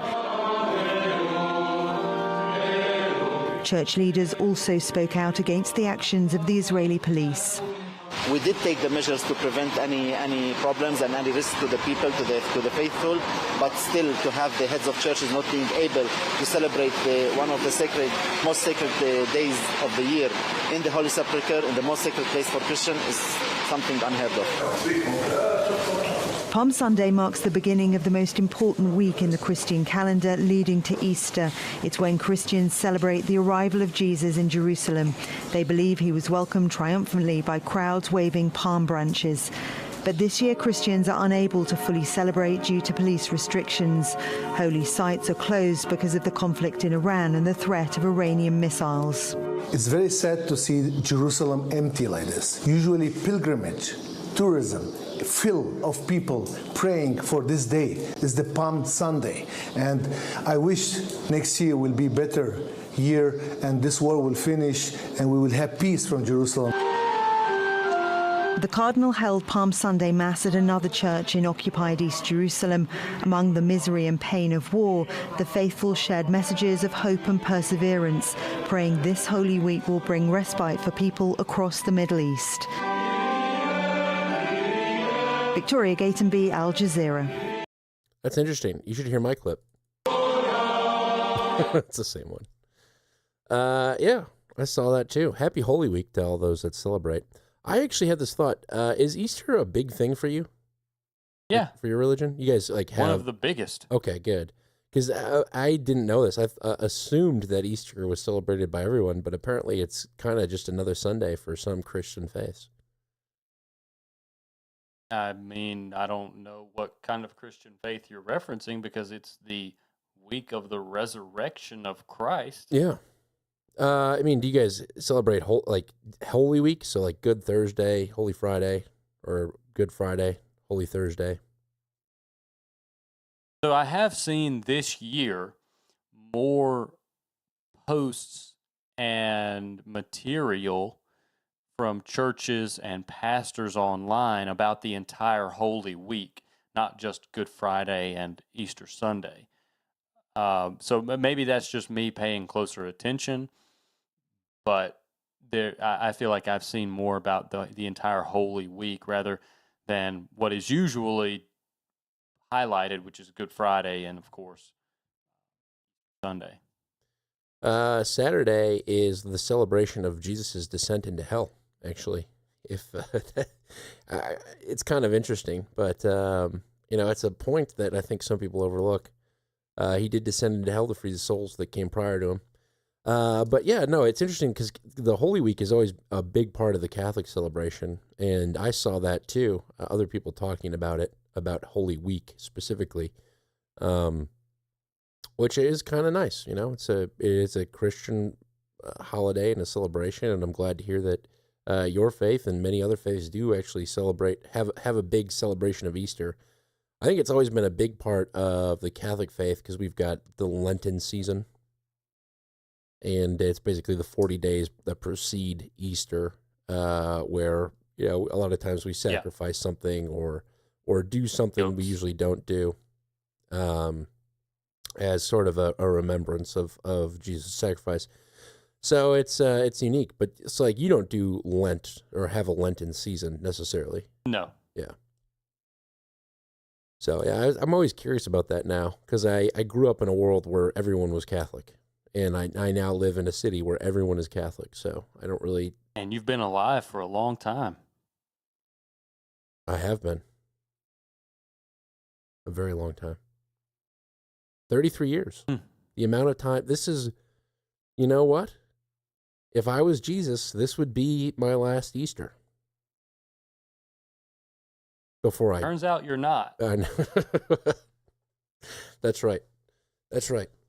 Maybe there's some religion or some African tribe on an island somewhere that does think that we are demigods or gods, just period gods. And who are we to disturb their belief? It could be the modern day I have Selassie. no idea what you're talking about. Sometimes I don't either. Let's move on. Did you? I meant to pull this, and I got distracted by the fact that we were doing a show while I'm trying to pull clips. But did you hear about Trump's app? No. Okay. Shoot. I really wanted to get this. It's gonna have to upload even after I get it. It's not even worth it.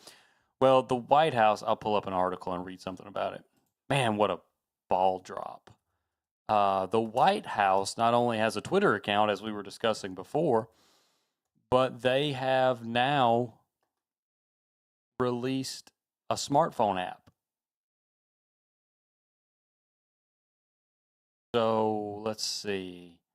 New White House app delivers unparalleled access to the Trump administration. Today, the White House launched its powerful new official mobile app delivering President Donald J. Trump and his administration directly to the American people like never before. The new app offers Americans a direct line to the White House, cutting through the noise with unfiltered, real-time updates straight from the source. We call that propaganda. With the official White House app, Americans can receive breaking news alerts on major announcements, executive actions, and other key priorities. Watch live streams of briefings, speeches, and historic moments as they happen. Dive into a dynamic media library packed with highlights. Stay connected to the latest policy breakthroughs. Send your voice and feedback directly to the administration.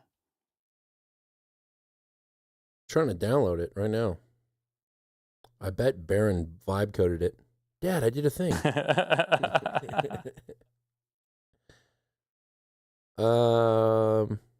I would not. I'm going to look at it and tell you whether or not it was. Oh, here we go. This is. I'm just opening the app for the first time. Wow.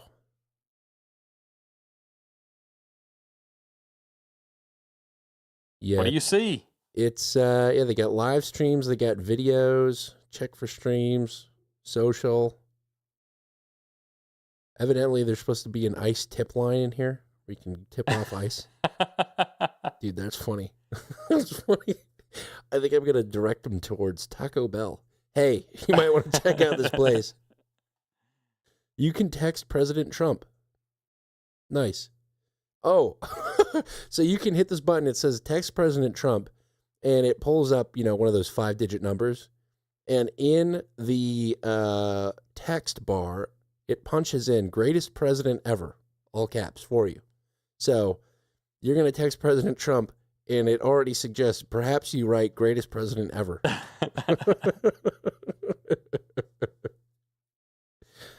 What should Just a suggestion. Just a suggestion. It's like in the chat box. All you have to do is hit send and it'll send it. Mr. President, we received 3,250,007 greatest president ever texts yesterday on the app. I'm going to send a picture of my espresso that I made the other day and just write, thinking of you.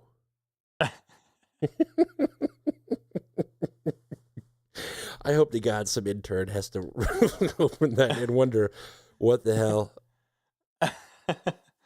Well, if it's an intern, you need to send a link to the show. That's true. Oh, damn it. That's such a better idea. Send them a pitch. Hey man, I know you're having to read through all this. Maybe while you're reading all these and filtering through, you can check this show out.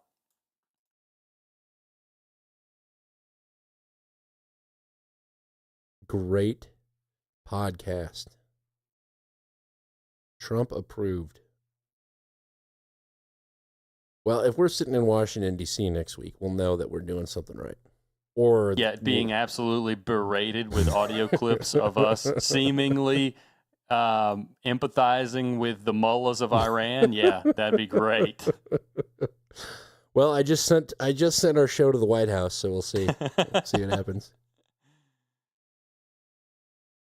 Thank you for texting the Trump White House. Oh, I was gonna say the Trump. The Trump. Jeez.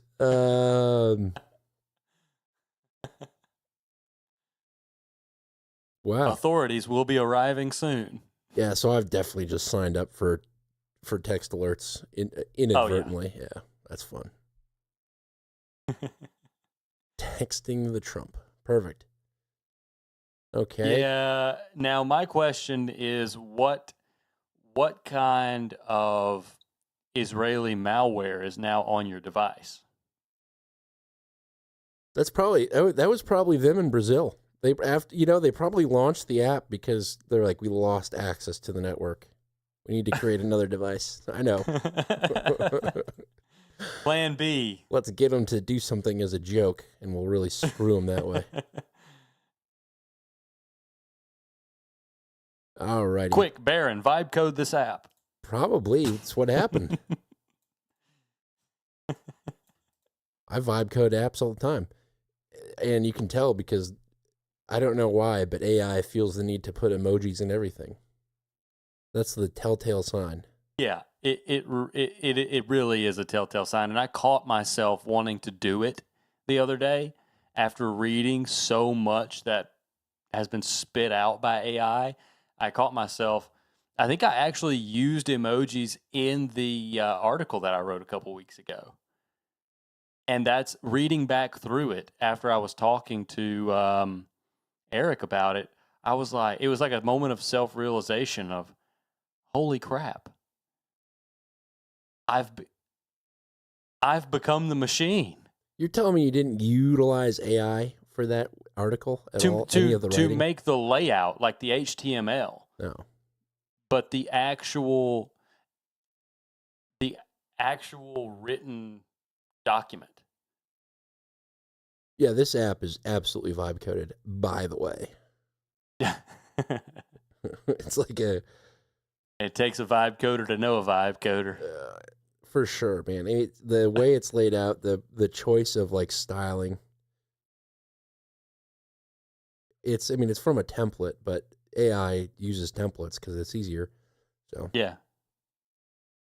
Geo-tracking has been downloaded. Yep.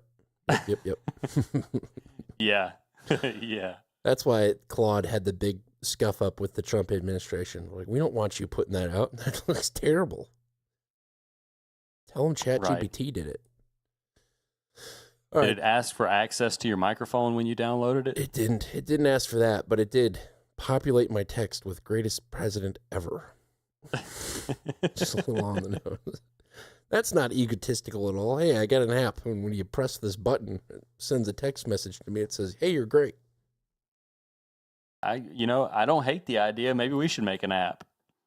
We should make an app. I think you have to get an Apple developer license. You have to like pay in order to be able to produce an app. But it would be cool to have the MMO app on iOS. I'm an iOS user. Unfortunately, it's my one downside. But Only one. Only one. What else? Do you have any news from around the world? I've got a story out of Africa that I didn't get a clip of, but I think it's a pretty big story. But I know you usually have Europe stuff. Does it pertain to the DRC? No, it pertains to Nigeria. I read a post about Kabila, who's the ex-president of the DRC, who's being accused of supporting M23 troops from Rwanda. And he's in Lake Kivu. It's kind of interesting, but it really just felt like I went to Africa to interview this guy. That's it. Like, that was the only thing about it. I have some clips about Russia. Oh, Russia. Yeah. And I got a couple of quick hitters about oil tankers and whatnot. But we'll talk about... Let's do the whatnot part. Okay. Here's Russia. So Russia is going through an internet blackout, but it's not what you think. And this guy is going to insufferably tell you about it. Here's what Russians are saying about this outage. They're saying we have no mobile internet. The Russian internet blackout, first reported weeks ago in St. Petersburg, has spread, but the culprit is unusual. Let's take a look. So this is a story that has really been buried under the Iran war headlines, but is pretty massive. The Russian government has rolled out an unprecedented level of blackout in the capital, Moscow. Essentially, all mobile internet devices have been terminated over large swaths of the city center. And according to inside sources, Russian FSB was the agency that gave the orders to Russian internet providers to terminate any service taking place. But the crazier part is that this is also part of a whitelist system, allowing only selected websites like Russia's government-run Max messaging service to function at all. Now, this is insane because, again, intermittent internet connectivity has been extremely common in areas near the fighting and where Ukrainian drones and other Ukrainian irregular forces are known to operate. But keeping the population, particularly the connected, wealthy urban elite in Moscow and St. Petersburg, insulated from the effects of the war has been a key policy priority for Vladimir Putin. Ensuring that Russian quality of life remains high as possible and is central to ensuring that the war, if it's not popular, it's not seen as a huge issue for the average Muscovite. But the fact that they are willing to really infuriate Russians, and we're going to talk about this, we're going to look at some statements by the Russian public, in order to, well, that's where things also get kind of weird, is the why. So we lost John during that, and he hasn't come back, which is concerning. So I'll put a marker down. But Russia has cut people out from the internet. I don't know what the exact play here is, but it looks like they're looking to limit Western influence entirely. Here he is. Johnny boy. Thought I had made it back. I thought I had made it back without you noticing. No, I saw you leave. Always watching. Did you hear the clip? No, I did not. So basically, the Russian... I was going to pretend like I did, though. Oh, nice. The Russian FSB has cut off the internet for a lot of people inside of Moscow, and it has expanded to other cities as well. Meanwhile, they're building other apps replacing kind of Western apps as well. So kind of a walled garden. A walled garden, but like Moscow is completely shut off. There's a secondary clip here that talks about like the Russian people on these replacement apps that I can play for you, it'll give you the same gist. Here's what Russians are saying about this outage. they're saying we have no mobile internet now, according to a teacher in St. Petersburg. She continues, quote, that means you can't use maps, apps, or anything. She says, and in Moscow, you can't even call from downtown. The phone is just a brick. Yes, you have to pay for everything in cash. There's no mobile or tap to pay. In short, she says, you feel like you've gone 20 years into the past. Now, Moscow's economy alone has lost up to $65 million in just the first 5 days of the shutdown in the city. And the outages began in central Moscow, but have now spread elsewhere. According to authorities, they say they're necessary for security in light of Ukrainian drone attacks. But they say it's not particularly convincing, according to some analysts. Right? They say disrupting civilian internet access is a blunt instrument and widely seen by experts as ineffective against the kind of threats being cited. Right? And this is, again, doesn't really make that much sense, because if a target is already over Moscow, well, if a drone is already over Moscow, well, it's probably already into its target zone, right? It's already threatening Moscow. There's more evidence that that the government's up to something more. And that is, for example, a propaganda channel displayed a children's choir singing a parody or a reimagining of a song from the late Soviet times, saying, quote, we don't want it, the lyrics of the song go. The children continue, quote, we don't sit on your internet.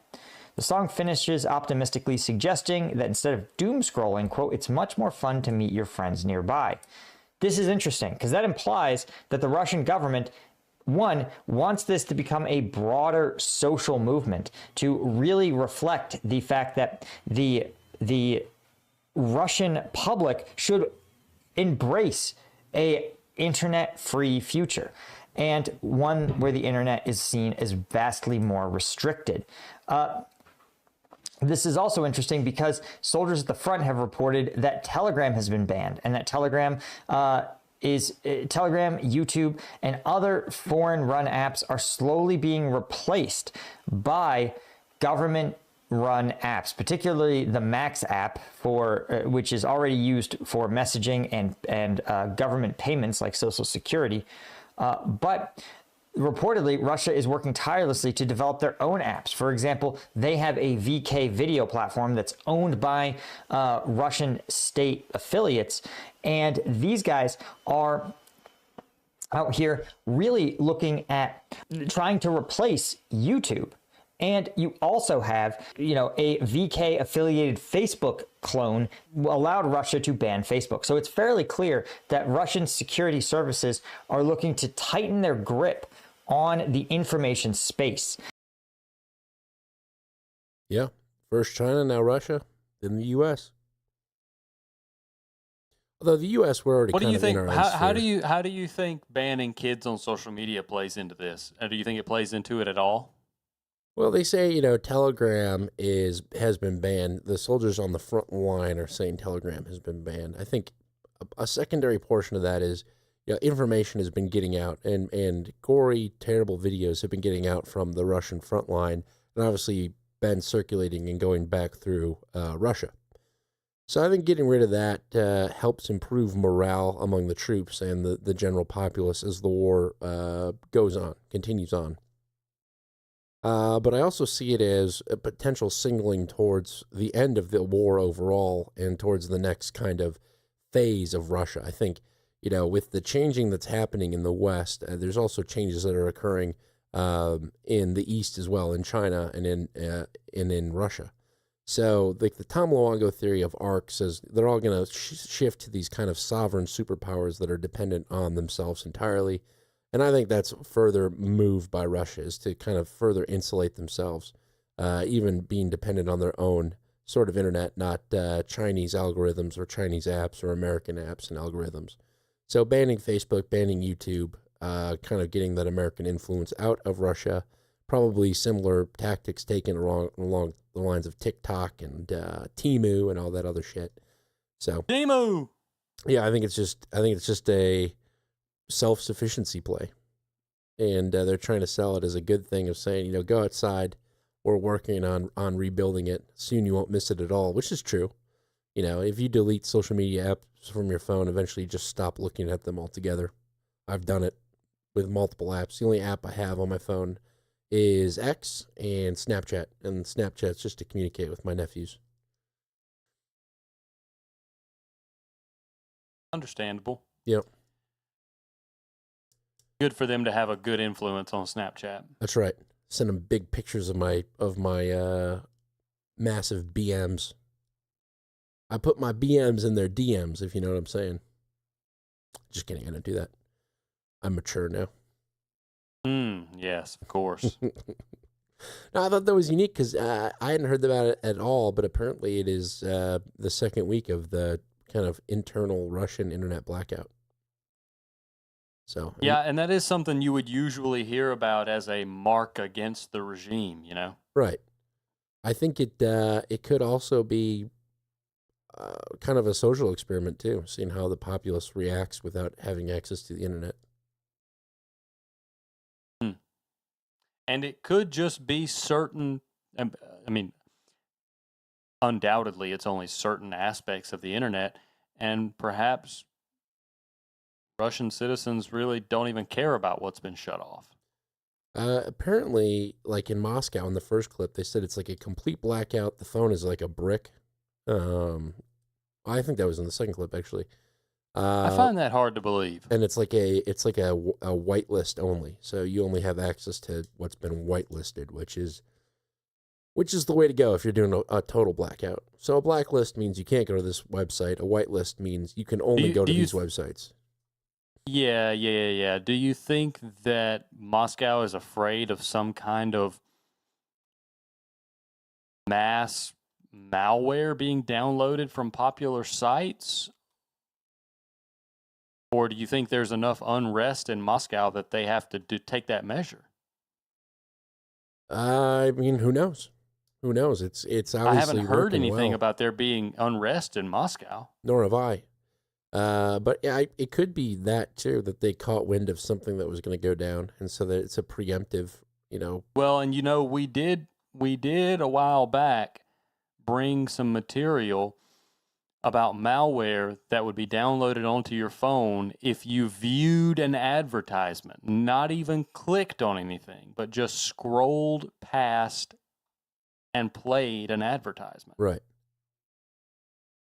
And, we saw the entire Venezuelan infrastructure go offline, and the SB-400s that Russia provided them never fired a single shot. So it's a potential that they've learned something, that we've got a gun to their head or a gun to their ass or whatever, and they needed to take action quick. So, yeah, it's upsetting that it went undetected, but the mainstream media's job is to emphasize the amount of pain the Americans are feeling right now.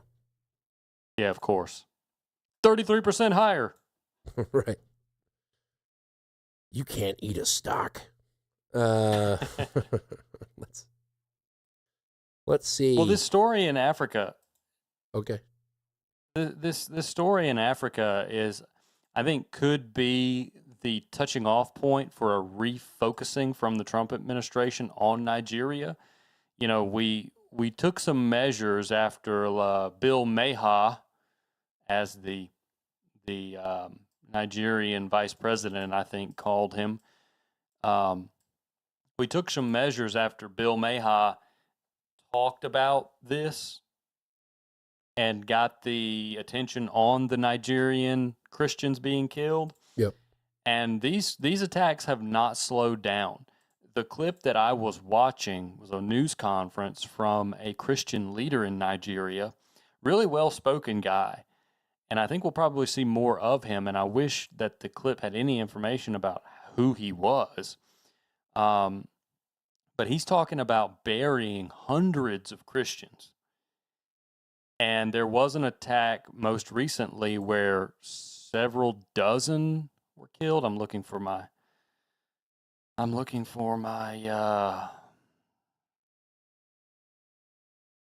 shoot. Okay, at least 20 people are dead after an overnight attack in Nigeria's north central region, which is one of the areas we've been keeping an eye on Palm Sunday. And the fellow in the news conference that I will link so people can watch it through Sahara TV, which I didn't know was a thing, but I am a subscriber now. he mentions that the Islamist fighters in northern Nigeria warned that it would be a genocide in the coming weeks against Christians. And then he says that basically the Nigerian government did nothing to prevent it. So I think this could really turn into a point of tension between the Nigerian government and the Trump administration. We may even see the Nigerian president sitting in the hot seat that Cyril Ramaphosa was sitting in not too long ago. Do you remember when he was in the White House and Trump showed him the videos of the crosses? The white genocide video? Yeah. Yeah. I miss those days. Let's bring those days back. That was fun. That was unbelievable is what that was. Oh, man, the media had a field day with that. But, yeah. You're probably not wrong. I could see that very well happening. If Trump wasn't so... I think right now his full energy is on Iran. I think he probably sits up day and night refreshing his information feeds on what's going on in Iran. Think he monitors the situation? I think he does. I think he absolutely does. From his new White House app that he vibe coded. Yes. I'm going to link to the Cyril Ramaphosa in the White House debacle, just for anyone who didn't see it or has forgotten about that. It's great. I mean, it's well worth the time it takes to watch it. It's one of Trump's best moments.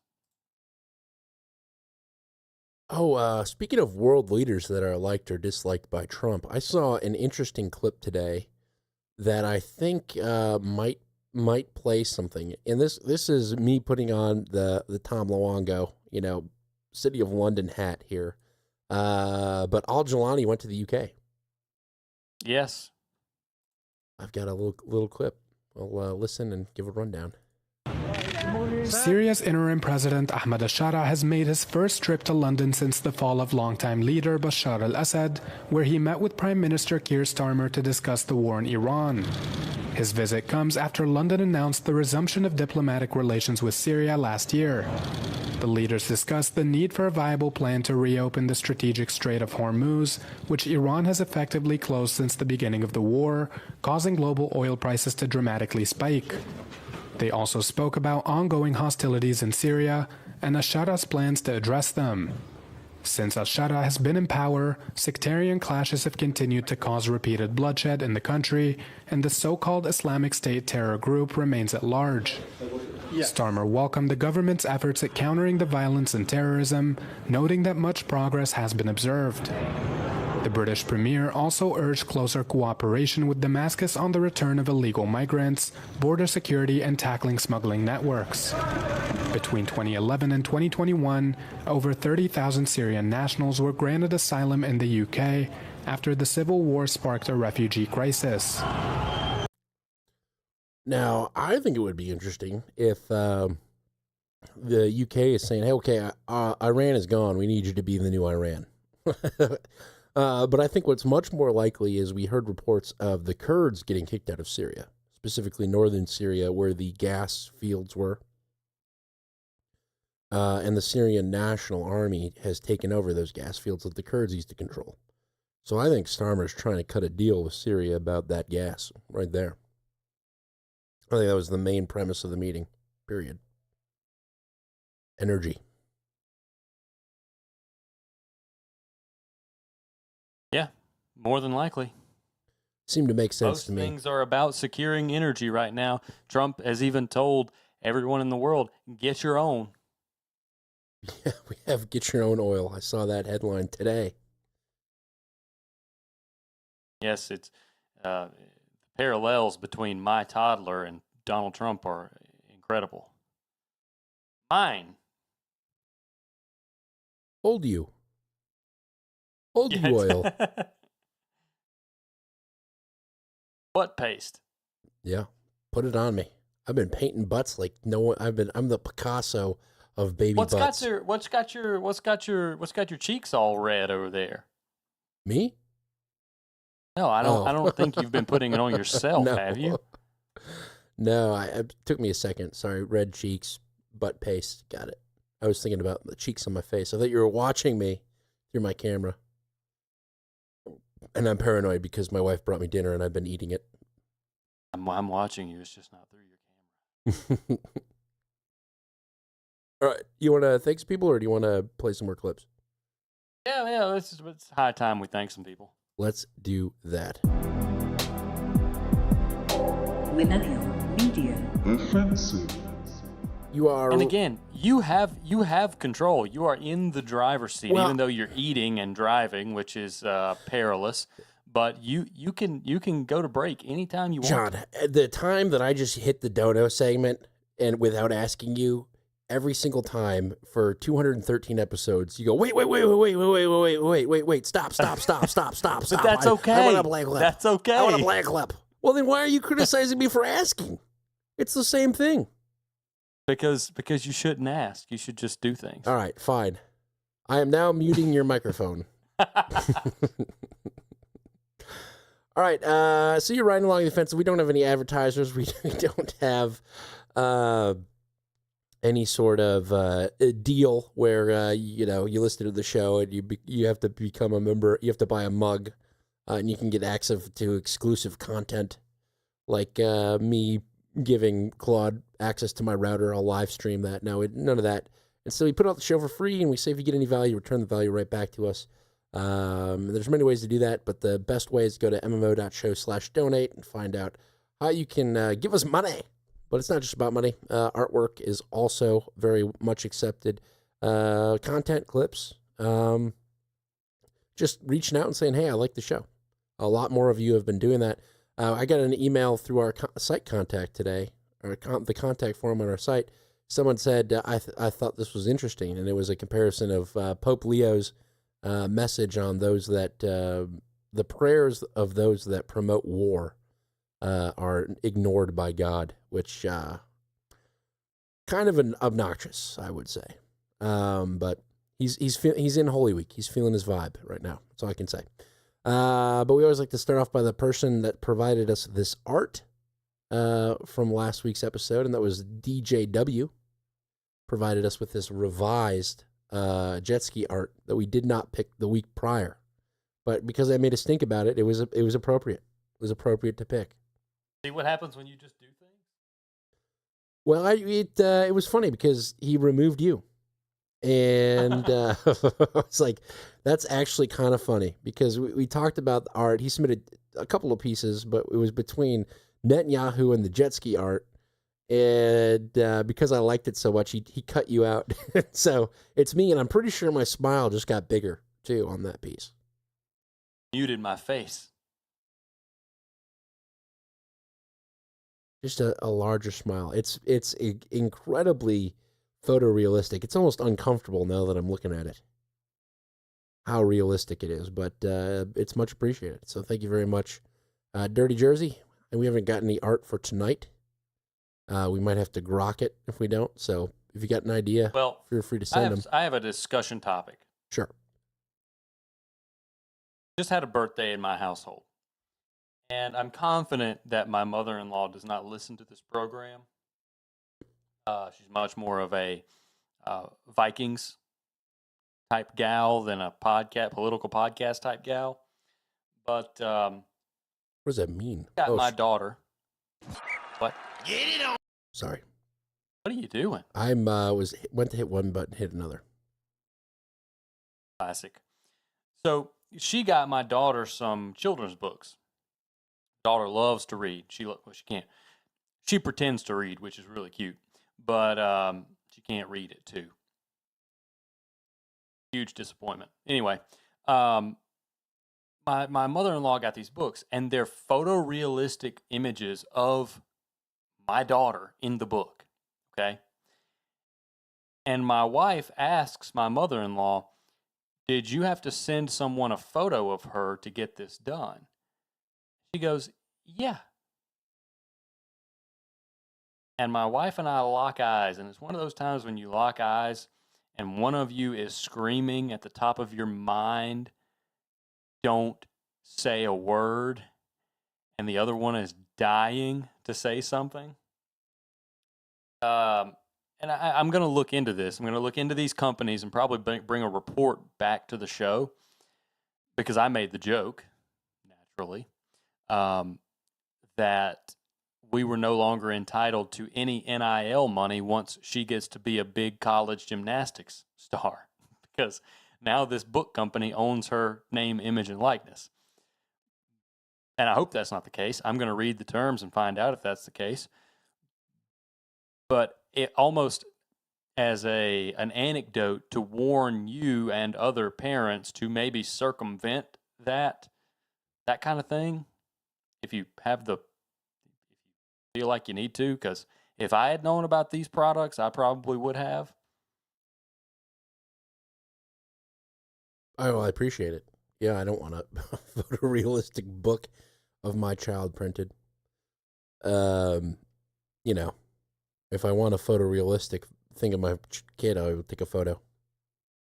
You know, this is a larger topic too, and this is, you know, welcome to Dad Talk. There maybe, you know, something changes when you have kids. Maybe something changes when you have grandkids too. I'm sure it does. I never imagined the chemical change that would happen in my brain when I had children. So I probably can't imagine what's going to happen when I have grandchildren.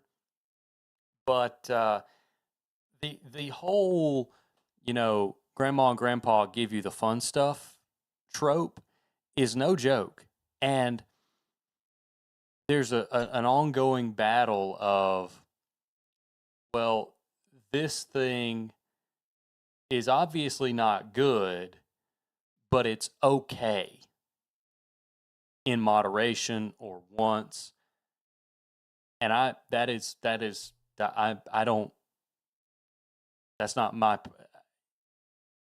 can't get on board with that. And I don't know if you see this too, or if your kids are old enough for you to start seeing that, because it's really developed in the last 6 months or so.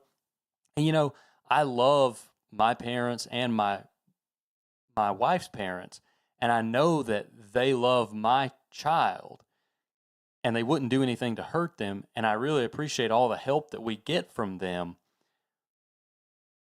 But that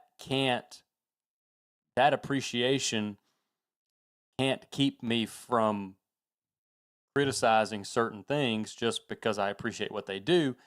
And boy, do they get testy about being criticized for little things that, even though it may be one thing here or there and not regularly, still, you know, it's, and I know you're just over there enjoying dinner and a show right now. I really am. Keep going. I like this. I don't know if anyone else feels this way. I feel alone. I need a support for I need a support group for grandparents with ring pops, dads with parents who give their kids ring pops. Parents, yeah, we could do like a parents against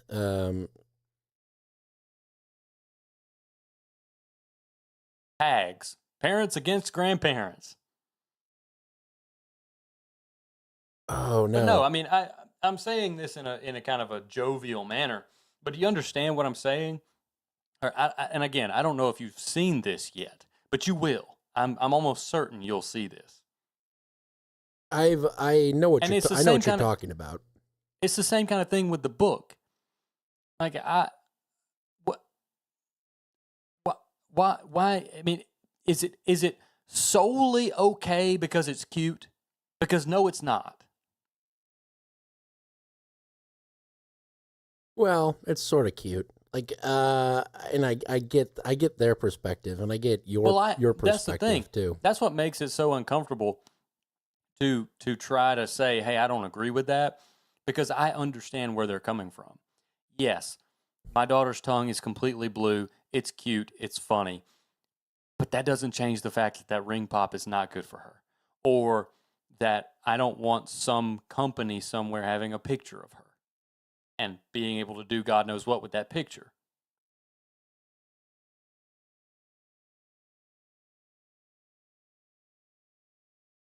And it's probably poor form to come on here and talk about this kind of thing. But again, I love my parents. I love my wife's parents. And I feel like this is the kind of thing that if you don't talk about it can really drive a wedge when you're raising a kid. So, this is where I come to talk about things. And thankfully, not many people listen.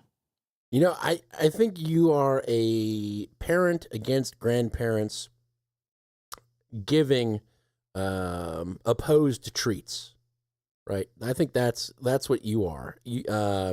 So you would be probably considered, what is that? Parents against giving opposed treats. You're a paggot. And you need to find a paggot community. More paggots just like you. Well, I hear Christy Nome's husband. I heard that too. Yeah, get a pair of fake boobs. Go on down and meet them. Yeah. No, I hear you.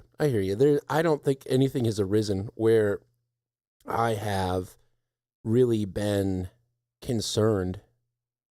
There's these photo frames that were bought that you can put photos on them, and other people can put photos on them. And I was like, okay, but I would love to replace it with, self-hosted photo, a photograph with a hard drive plugged into it, and then vibe code an app where we can share them between each other and not have it go through some dumb cloud. Yeah, because who knows where those photos are going to end up. Right. Exactly. So maybe that's a good strategy right there, is we just create products that get around those paggot issues.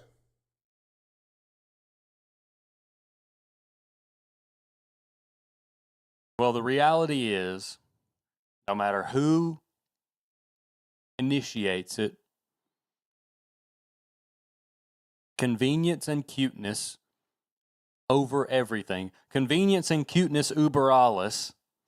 And it's just the world that we're going to have to raise our kids in. And we're going to have to make it known to them that, well, hey, your image is going to be out in the world. And that's not a choice you made. It's not a choice that I made. But that's just the way it is. And I'm sorry. I hate that you have to live like this. But here's how you do it. Here's how I can advise you to live in that world, and the things you can control, you should give some credence to maybe controlling, and the things you can't control, you just got to ignore. And hopefully we'll still be entitled to some NIL money if you're good at sports. Hopefully. Hopefully, indeed, because I'm not selling pickles at a farmer's market for the rest of my life.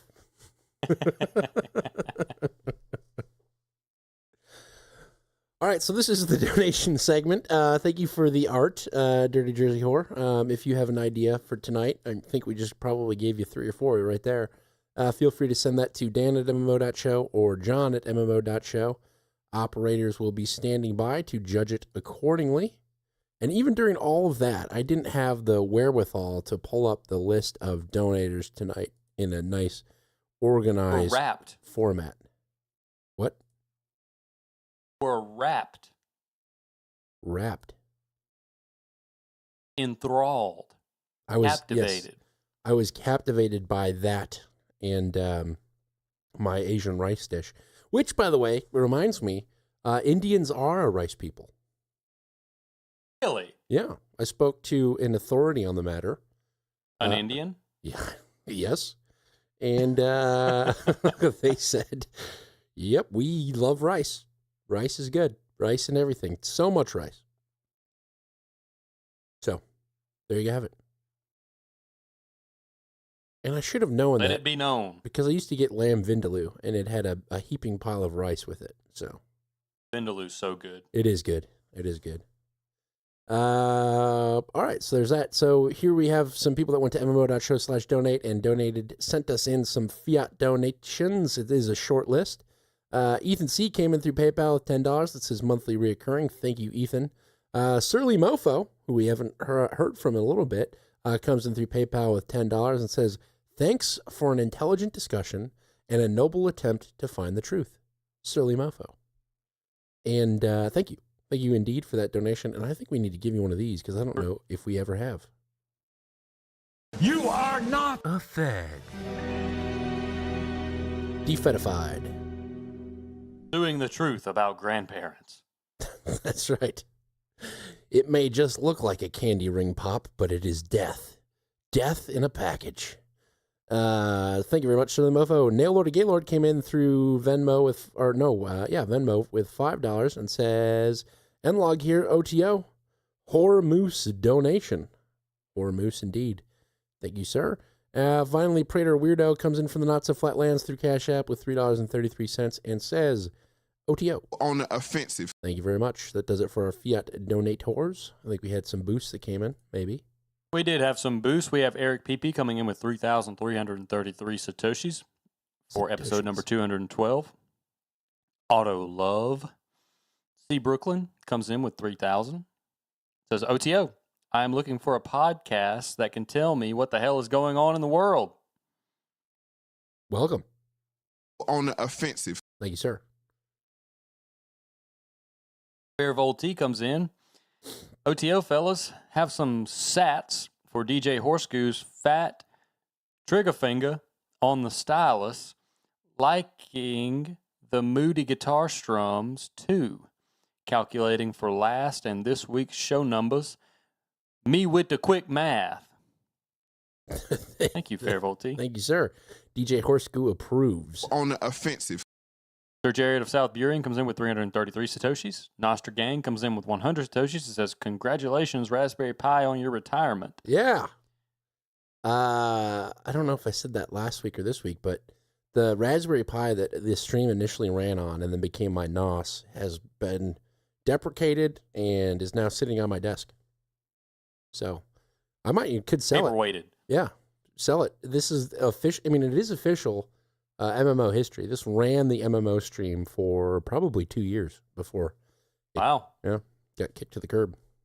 Yeah, it helped us make all of $100 each. Yeah, it paid for itself. Nostra Gang comes in again with 100 Satoshis and says OTO. Then we have Eric PP streaming Satoshis as we speak about everything and anything. 643 Satoshis so far. And I would like to say I appreciate everybody who came in this week. And would like to just put out a general call to action. This is the last show of this quarter, so if you'd be so kind, if you could help us get off to a blazing start next quarter, it'd be greatly appreciated. If you value the show at all, let us know what it's worth to you. I love the fact that we get the small dollar donations. I don't discriminate against those at all. I'm glad to see a donation of any amount, but we do need a high volume of those to make it worth coming back week after week after week and putting in the work that we put into this to produce the show and provide it for free. It is currently a labor of love, and labors of love are a great thing. We would like to be supported by our listener base so that it can be a labor of love and a profitable venture for us. But a labor of love endures yet. So thank you all for the donations you have sent. Thank you for the donations you will send. And let's make a concerted effort to get more people on the offensive. I mean, if you can't have fun listening to this show, then I don't know, subscribe to Bloomberg or something. Well said. My millennials, stay woke. Get it on.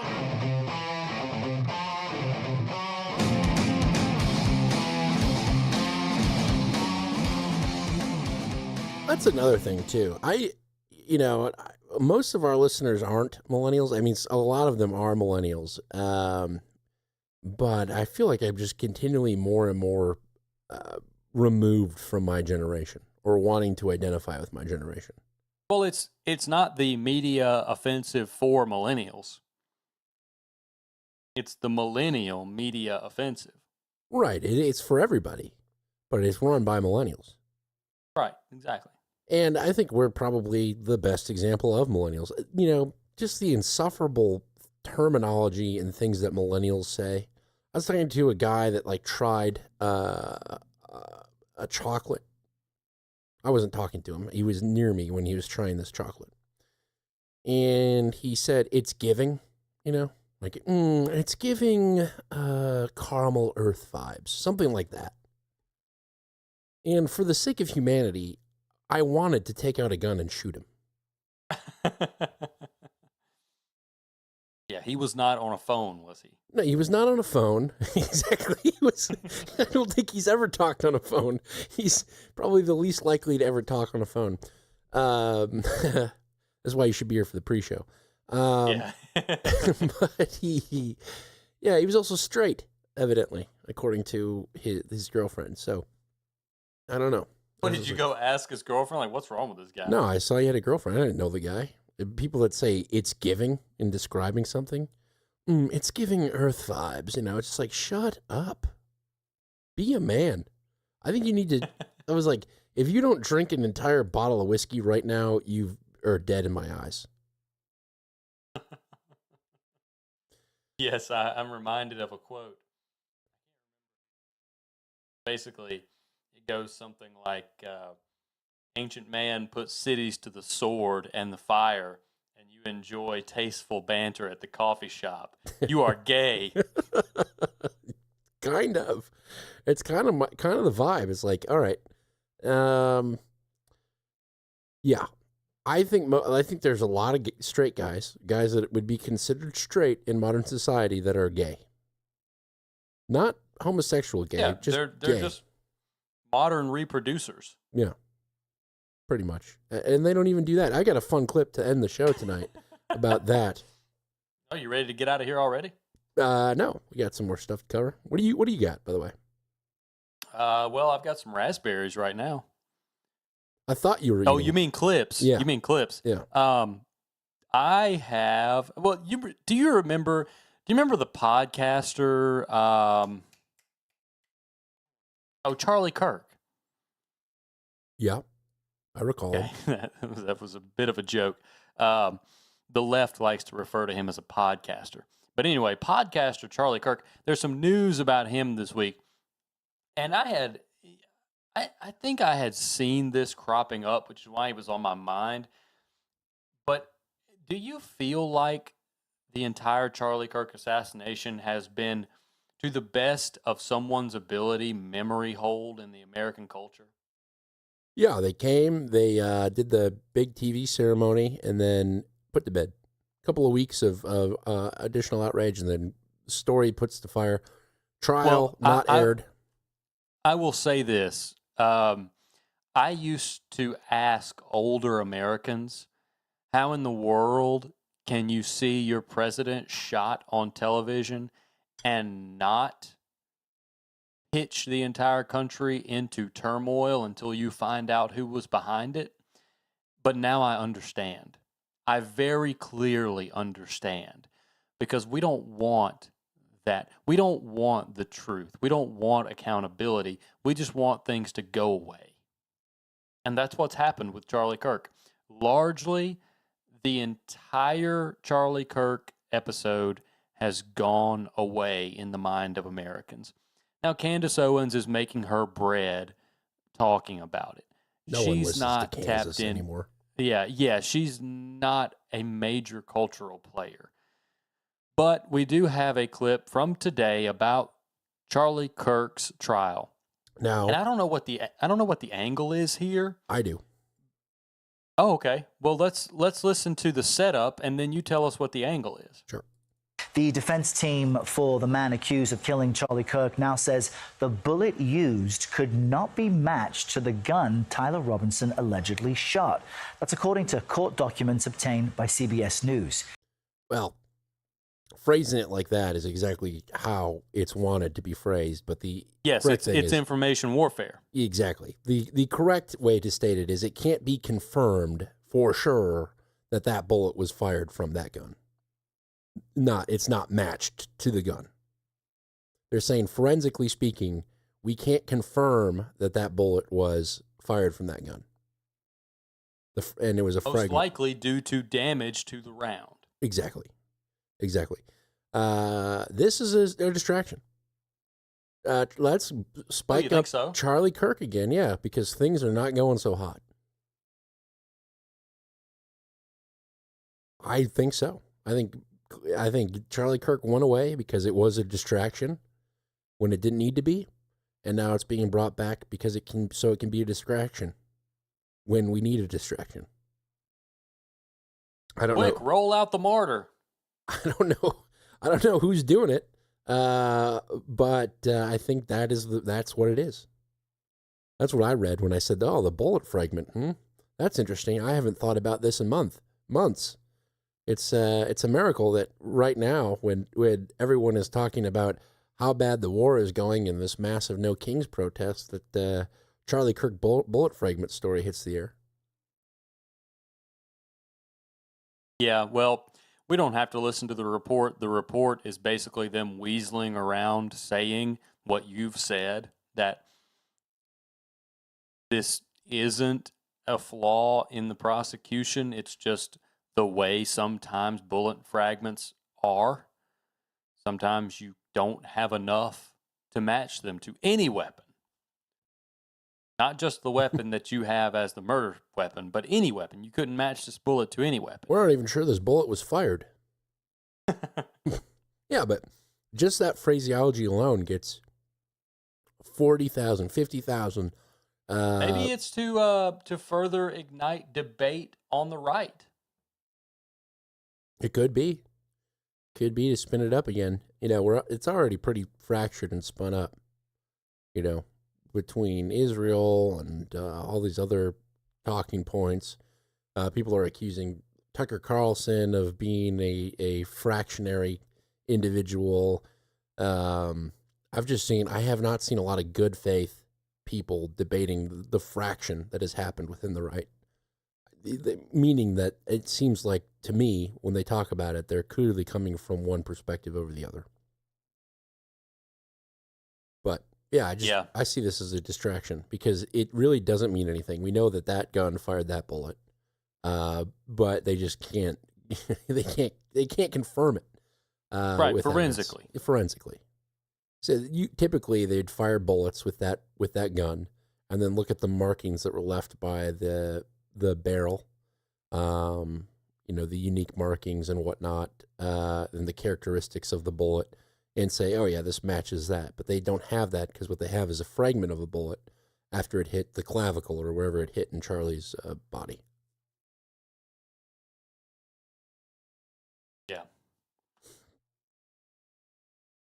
Oh, I did see an interesting schizo theory about, it wasn't a bullet, it was X.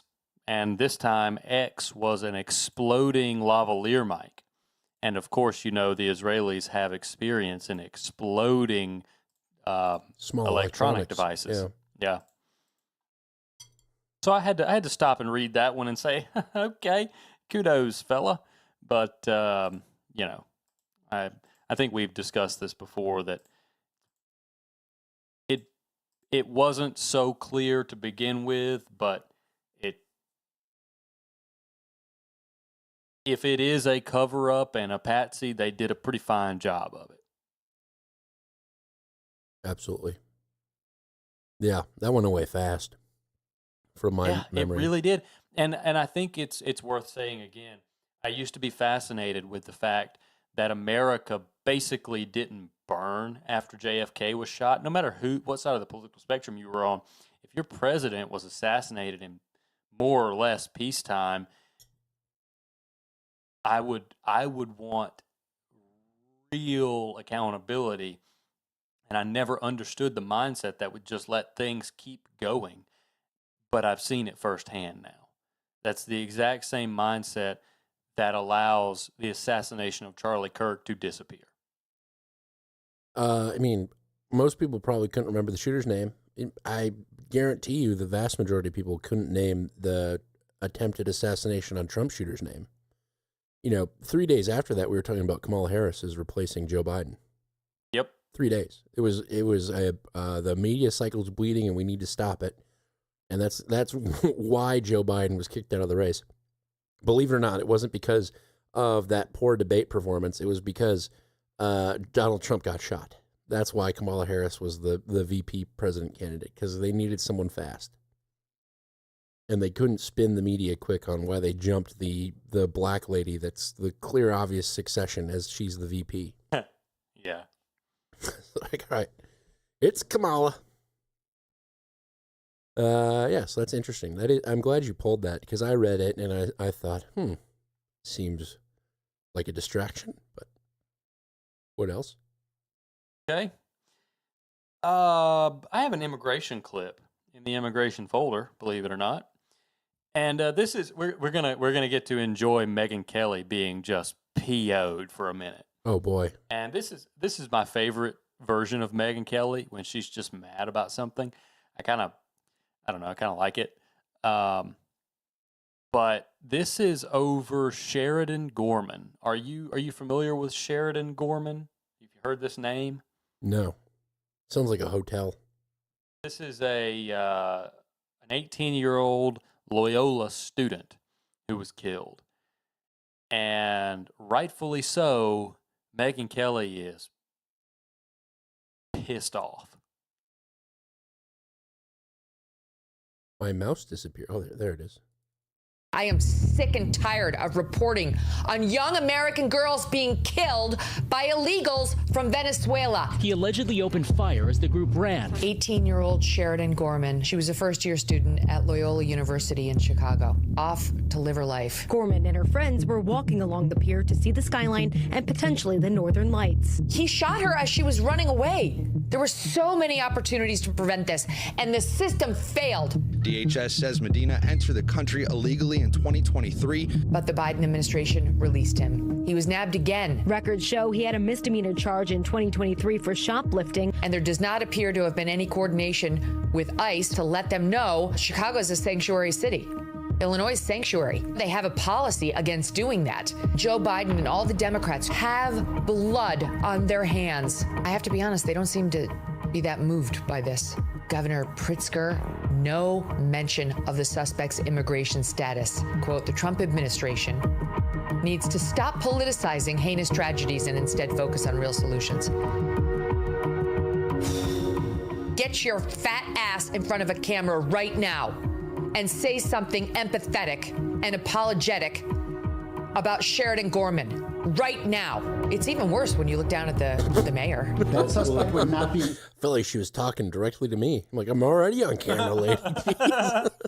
City would not be in the country but for your policies. Will you take this opportunity to apologize? Well, again, I believe that we're all grieving. So he won't apologize. But the alderwoman who represents this part of Chicago, Maria Haddon. This might have been a wrong place, wrong time. Running into a person who had a gun, they might have startled this person. What is she saying? She may have startled the man? You mean the illegal immigrant who was there with a mask on, who chased her and shot her from behind? What are you saying? How many other daughters have to die? He had no business being here. He should have been part of the dragnet. We should not give up on the other illegals. They all need to go. Whose child will be next?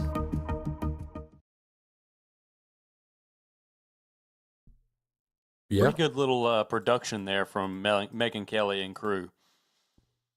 And to be honest with you, I'm right there with her. I feel like we've taken our eye off the immigration ball because of everything going on in Iran. And we actually had ICE in my hometown this week, and there were a lot of people online saying, "Oh my God, this is awful. They're good kids. They make good grades. The Mexican restaurant shut down for 2 days. And I don't care. I did not know you had Mexican people in Mississippi. Oh, buddy, who do you think buys the roosters at the farmer's market? White people? Oh, no. Who sells the roosters? We do. You do? Who do? You do? I do. Are they buying them for cockfighting? They're buying them to eat. Rooster? Sure. Mucho gordo. You could spatchcock it. You could get a clue. I didn't know that they were buying roosters to eat. I mean, I don't know who buys roosters. It's like the chicken, the sex of chicken you don't want.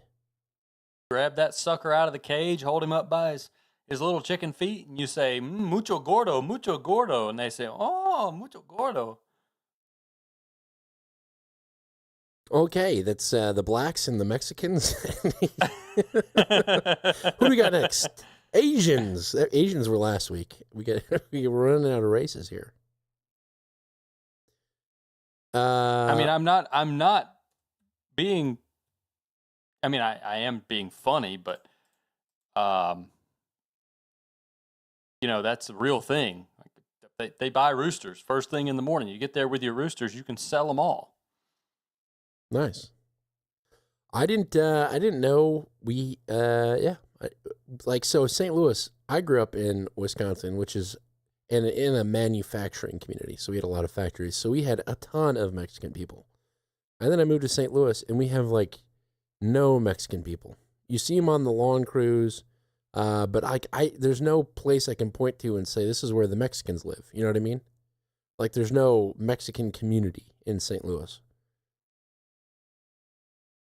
At least that I am aware of. So, I mean, I don't know where most of them live in my county either, but you know, it's a small enough county. You really don't have quote unquote neighborhoods. You got some, but I don't know. I'm sure I'm not aware of like the Mexican Quarter, if you want to call it that. I don't think that exists. But there's a lot. I mean, there's a lot around here. Mississippi's not too far from the Mexico border when you're thinking about the grand scheme of things. The largest immigration and custom enforcement action ever conducted at a single workplace was in Mississippi. Yeah, I had heard that. I can't remember where I heard it, but people were saying ICE presence in Mississippi is the largest right now.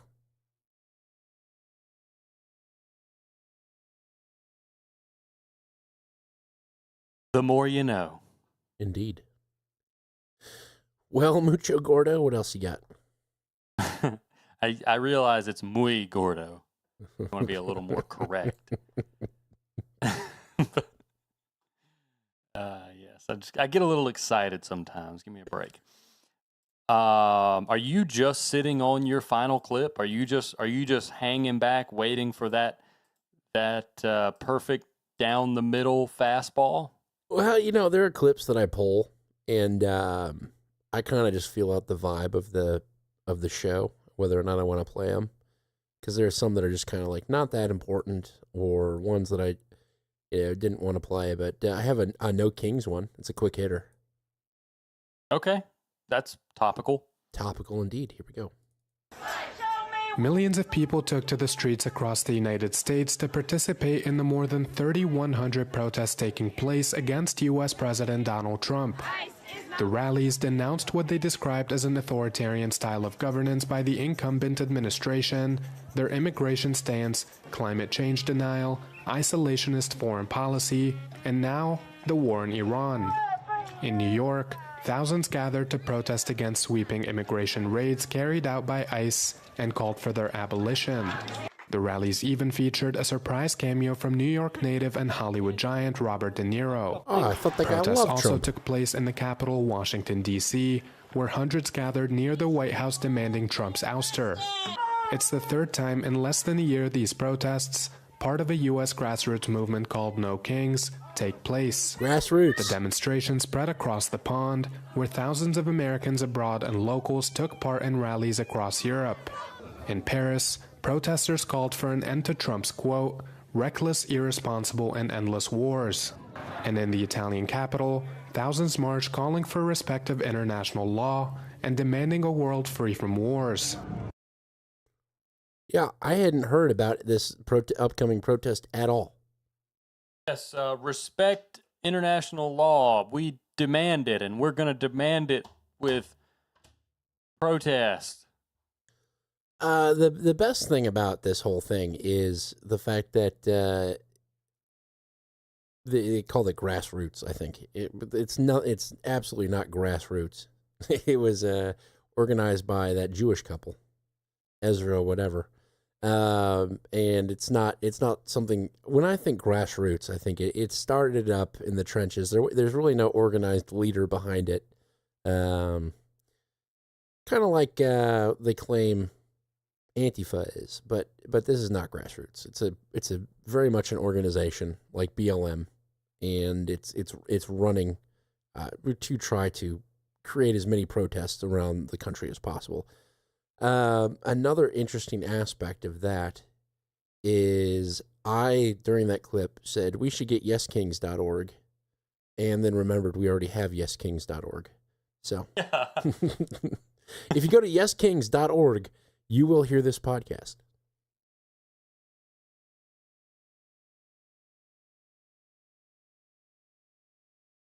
Okay, very good. Very, very good. To your point, I hadn't heard about these. The last time they did the No Kings protests, we sort of knew they were coming in advance. Yeah. And this time it was just, what it is. They've got their OPSEC right. Well, who are they? Where are they advertising it? You know what I mean? Like the nursing homes. But how? Is it all MS Now funded? Is this what MS Now is doing? Organizing protests now? I don't know. I wouldn't doubt it.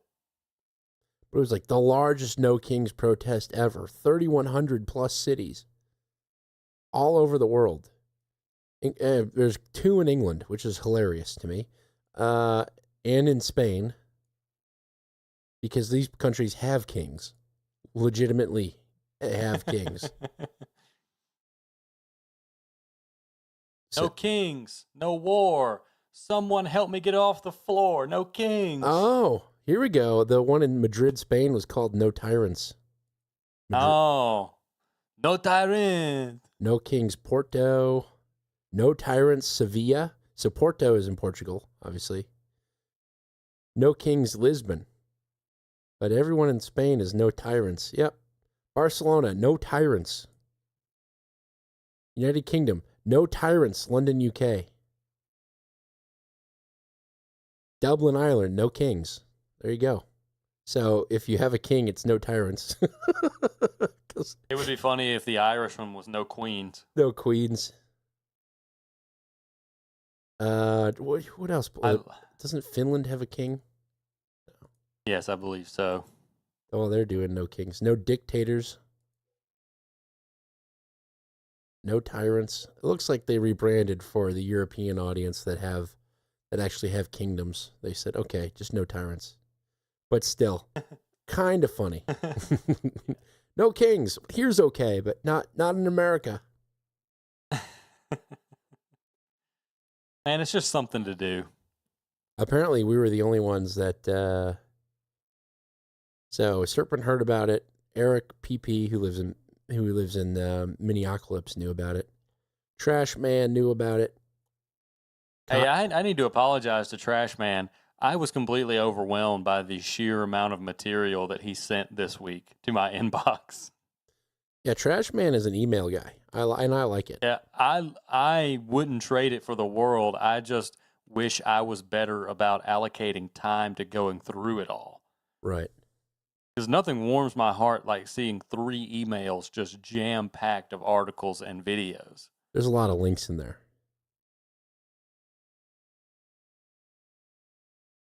And who's to say it won't be topical next week? I've still got them flagged. I'm going to check them out in the later half of the week. Very well. A flagger. Okay, what else you got? You got anything else? Yeah, I do. Tell me why the Air Canada CEO is retiring. Because of that plane crash the other week? False. Any sane person might think so, but that's not why he's retiring. Think like a Canuck. He's old and white, and they need somebody of some You're more getting diversity. closer. You're getting closer. You're not there yet. And I shouldn't say think like I shouldn't generalize, even though I've been pretty bad about it tonight. But you're close. I think you're close enough to go ahead and play the clip, unless you want to give it one more guess. He refused to do land acknowledgments.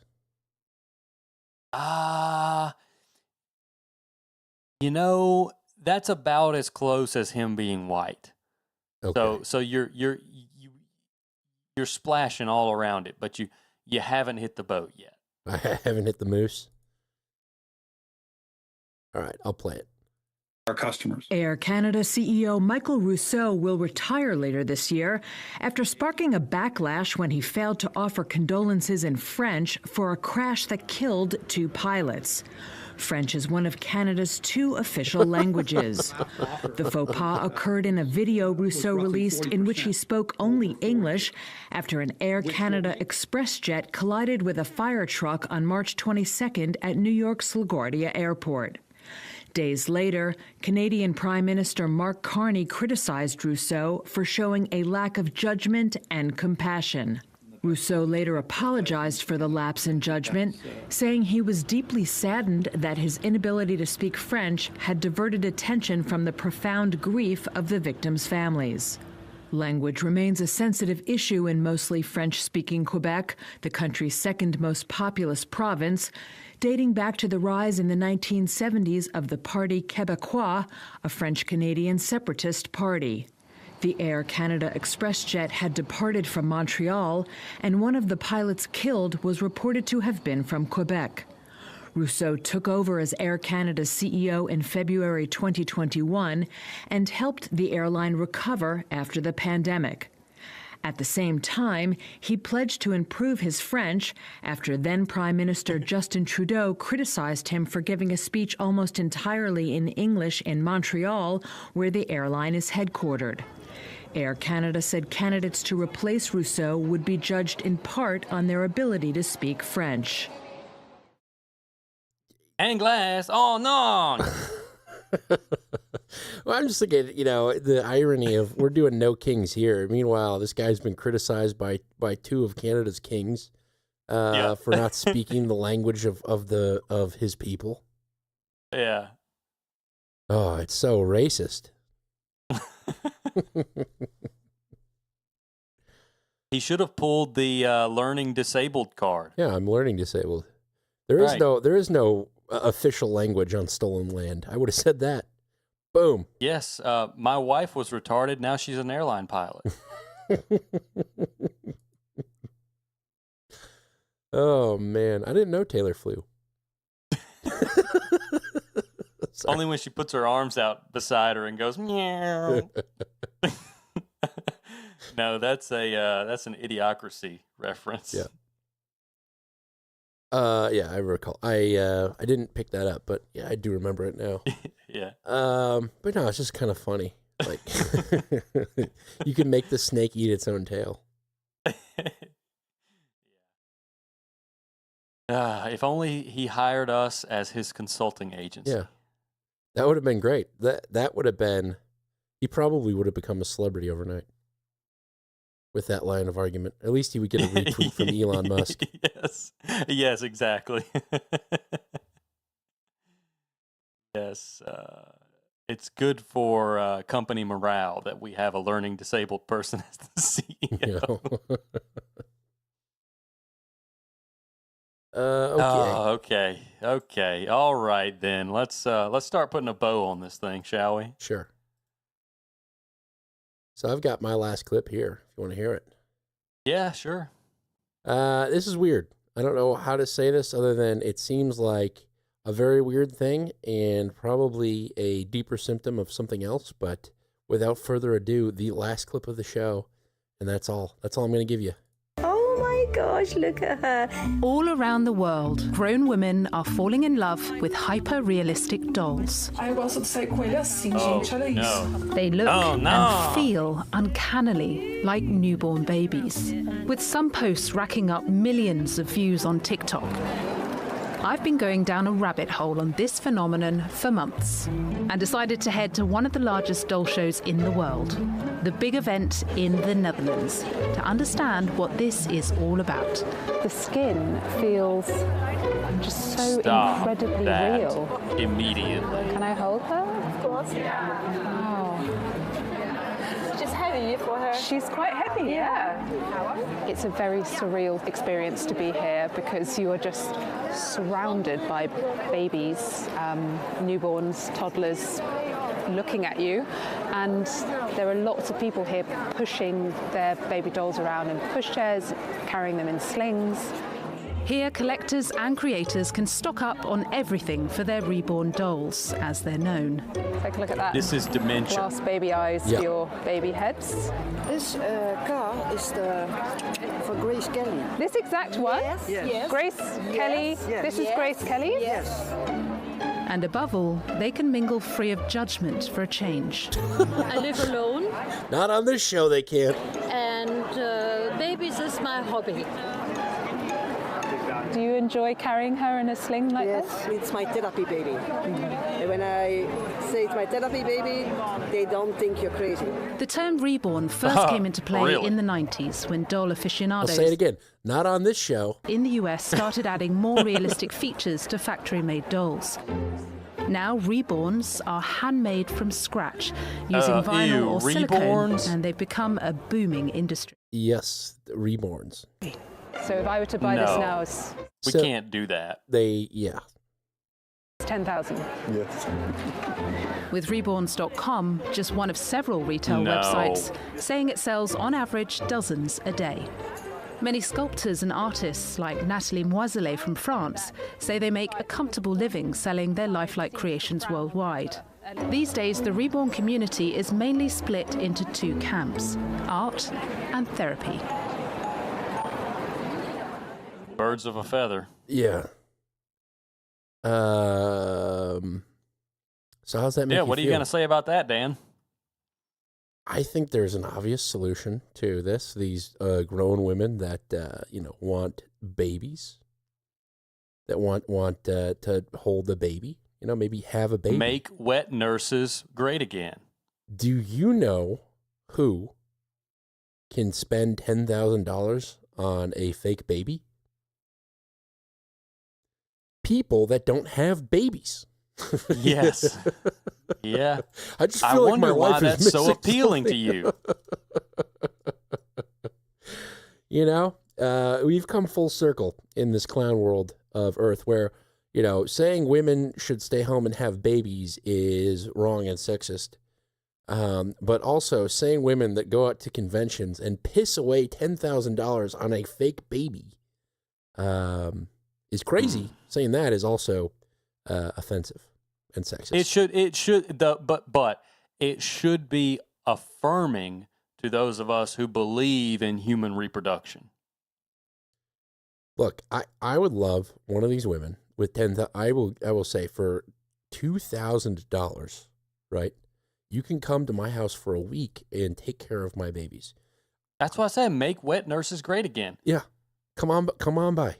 I've got Maybe two of them. wet nurse isn't the exact. I mean, I don't know the terminology. A wet Maybe. nurse is somebody who breastfeeds constantly. Yeah, that's fine. Dan needs nutrition too.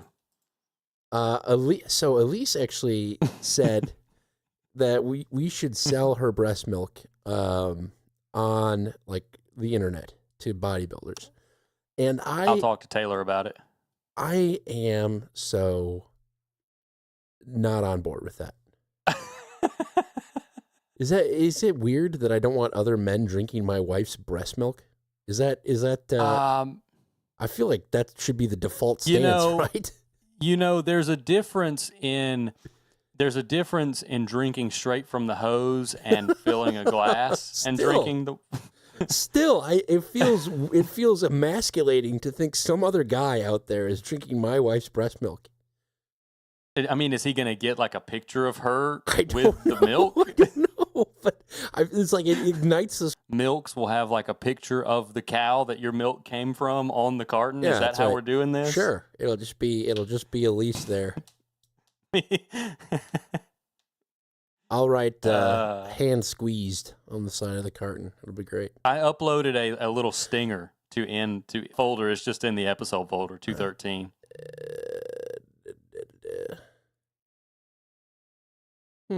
I could have sworn I saw the reload happen. Here we go.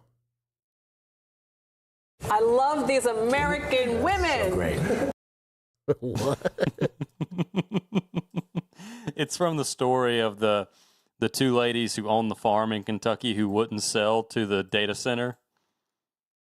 Oh, I don't know if you've seen that. That's going to be the next big battle. Is these data centers getting built? Apparently, they can warm. I saw a headline. They can warm areas around places by up to 16 degrees.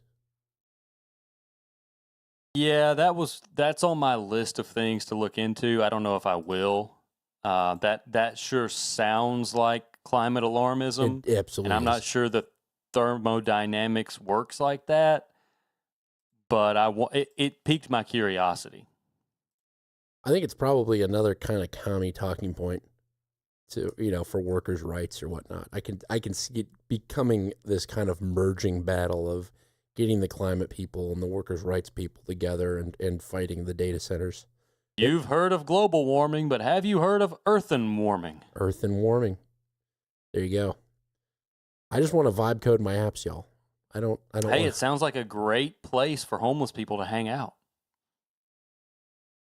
Data centers? The ground is nice and warm. And I saw, when I was researching it a little bit, I saw another headline that Finland wants to capture the heat and reuse it for heating homes. And it reminded me of Sir Spencer, who does Bowl After Bowl, that comes up after the show. If you're listening on the No Agenda stream, you'll hear it. Or on this stream, you'll hear it once we drop. He thought of the idea of building a Bitcoin miner and using the heat from his Bitcoin node to defrost the water in his chicken run in the winter. Pretty genius, right? If you've got access to cheap electricity, that's an expensive de-icer or defroster. Well, he's mining Bitcoin. Yeah, I mean, sure. He's recapturing some of that value. I have an unopened miner here at home. If anyone's interested in it, I was going to hook it up. Epstein over here, jeez. That was a good one. It's dark, but it was a good one. I was going to put it on a treadmill. No, I was going to. I was going to integrate it into my HVAC system to supplement heat in the wintertime. But I have so many more important projects around here that I haven't gotten around to it. But it's a pretty new What's miner, still in the packaging. Got to be worth something. So I've been consolidating all of my compute into ones and freeing up the Raspberry Pi, and I have a. Instead of retail therapy, have you considered a fake baby? I haven't considered a fake baby, but I would love, these shitty old computers. Like so I got a new computer from work, or I have to go pick it up, and I want to ask them, hey, this keyboard on here sucks. Can you take out the drive, the NVMe drive, and I can just keep it? Because all I want to do is throw another one in and use it as a server, period. So I do have some sort of weird addiction in that way. It is a sickness, but all I do is stay at home and take care of babies, so Yeah, it's a good hobby to have when you can't Real leave ones. the house. Real babies that my wife birthed and feeds her breast milk exclusively to. Okay, well, very good. There may be some other people who are needing to go crack open a cold one of some breast milk. So why don't we let them go? Let's get on out of here. In 10 minutes. Yeah, that's right. Oh, man. That reminds me. I never play this, but... And now, the longest outro in podcasting. Dame Jennifer, courtesy of Servito. Thank you, sir.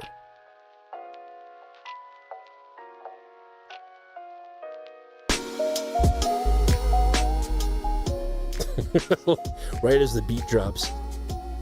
Did you see the fake boobs thing? Yeah. Cross-dressing? Look at what I just sent you. The tweet. Where'd you send it? The typical chat. Roger.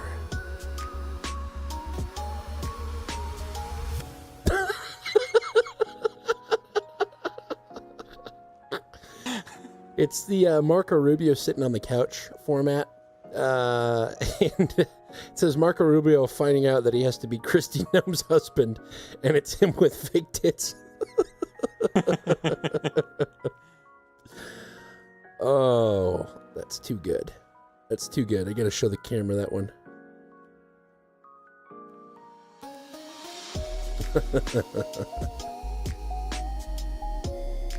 It is weird. You know, with puppies like that, I'm surprised Kristi Noem didn't shoot him.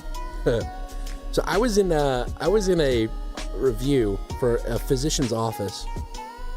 I actually can't say this punchline, but basically the name Lewandowski came up, and I'm like, where have I heard that before? I've heard this name before. Mm-hmm. And the doctor's like, well, could it be that you've heard about Kristi Noem's extramarital affairs? I'm like, oh, yeah, there it is. Well, maybe I have. Yeah.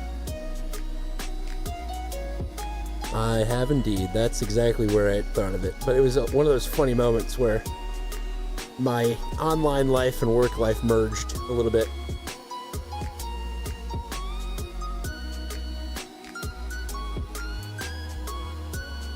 But from St. Louis, Missouri, I've been Dan Gehring. And from America's South Coast, I've been John G. Dew.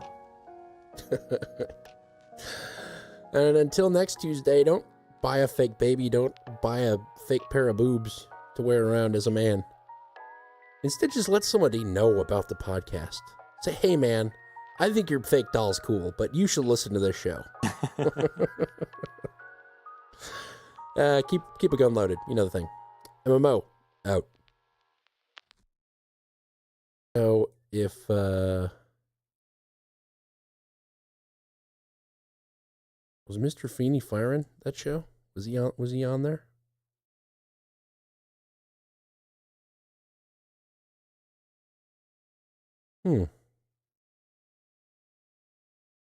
Nope. Oh, jeez. All right. So I moved Mr. Feeney. No title list? Well, I can do a search in the chat for exclamation point title. Token black listener. It's the first one. Into the Sand. Sports ball,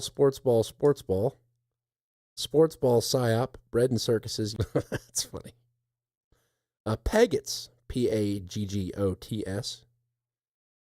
Cuteness Uberales from the Hose. I have Mississippi Stan, which I think is a good one. We could do Mississippi Stan. Because the only other one I like is Picasso of Butts.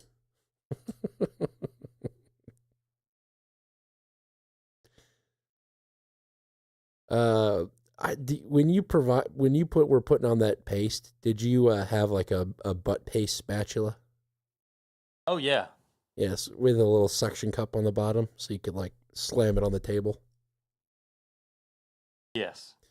So, yeah, I it feels so much like a paintbrush every time I do it. I'm like, I'm unmudding a crack in the wall usually. So Mississippi Stan, it works. We have no art, do we? No art was received. Let's see, show art.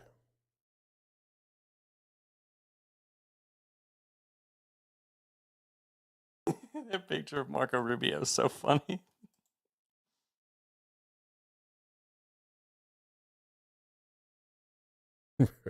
Remember that one lady that would just send us pretty much women's butts with MMO on it? Yeah. Whatever happened to her?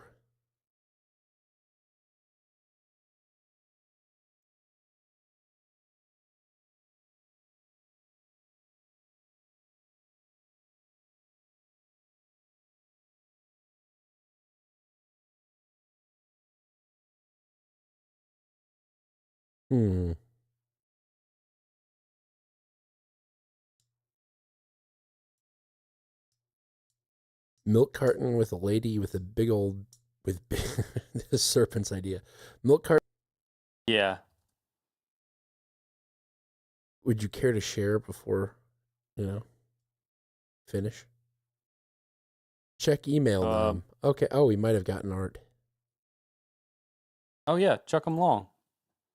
Wolf is back.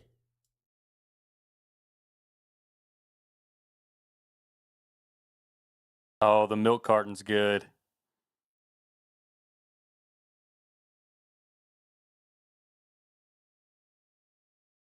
I do like that. I like that they're like pin-up ladies too. Yeah. Pin-up ladies. And then the rabbit in the desert with the gun. I don't get that one. Oh, Easter Bunny. Oh, I get it. Fighting in Iran. Oh, that's funny. For all it's worth. Copy, download link.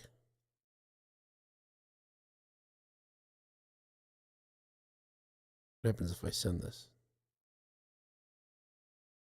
Nothing. Just a ridiculously stupid link. Oh my god, I can't believe I just posted that. I didn't realize how long it was. It's like 90 million characters long. I guess I'll just grab it from the folder. Out of sheer laziness, I didn't want to have to travel to the episode folder to pull that art again. I just thought I could send it right from Gmail.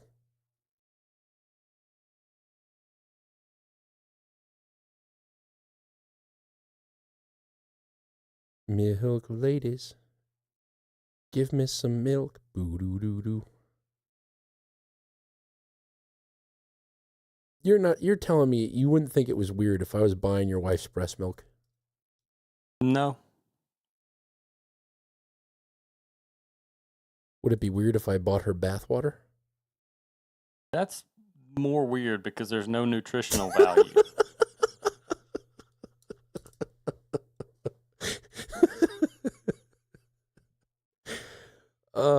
See, that's where my mind goes to. So there's this, I forget what, she was like an e-girl or something, and she sold her bath shit, but that's kind of how I feel. I feel like some sort of weird pimp.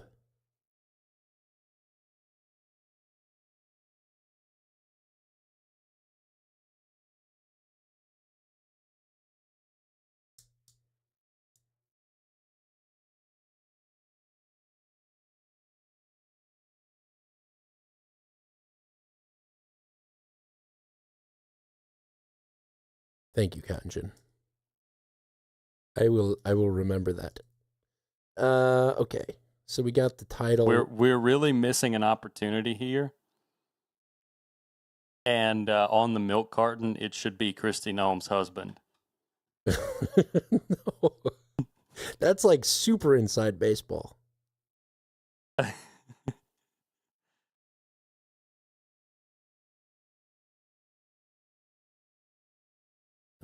think this one. Sweet. You're laughing? Kristi Noem just got brutally chest mogged by her husband, and you're laughing?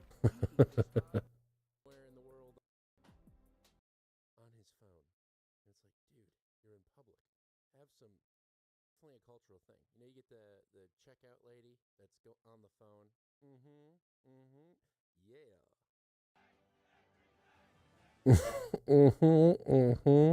Yeah. It must be quite. Damn this chair. It must be quite. All right, so there's our marker for start. Start marker.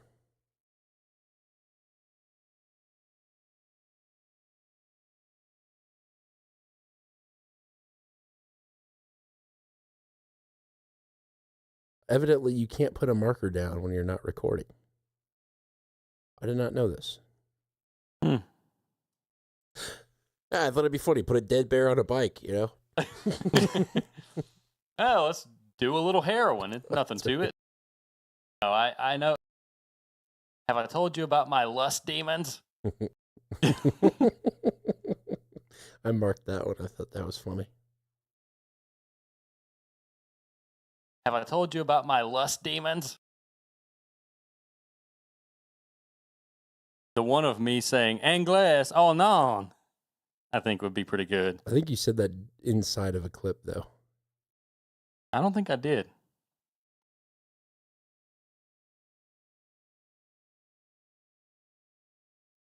That was probably them in Brazil. They probably launched the app because they're like, we lost access to the network.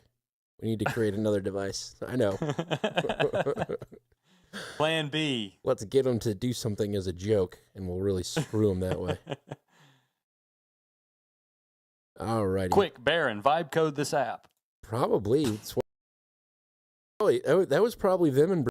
Yeah. Now, my question is, what kind of Israeli malware is now on your device?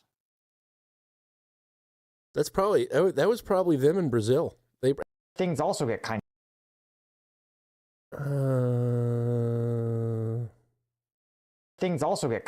place was in Mississippi.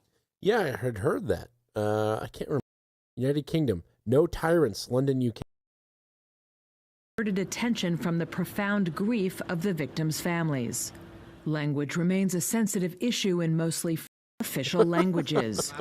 The faux pas occurred in a video Rousseau released in 2 official languages. 2 pilots. French is one of Canada's 2. Oh, there we go. Anglaise, oh non.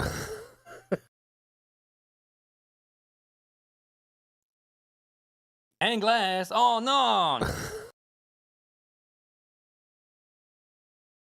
Anglaise, oh non. You like that one? Yeah, I like that one. You want that one? I think it's good. Yeah. You're not concerned about 3 episodes in a row of doing a goofy language? Oh, you had to say it, didn't you? I don't care. No one cares. It's just know that I do.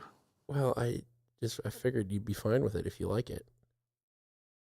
So here's what we got. We got this one. Have I told you about my lust demons? And we have this one. Anglaise, oh non. 1, 2, about the same. I like 2 best. Anglaise, oh non. Okay.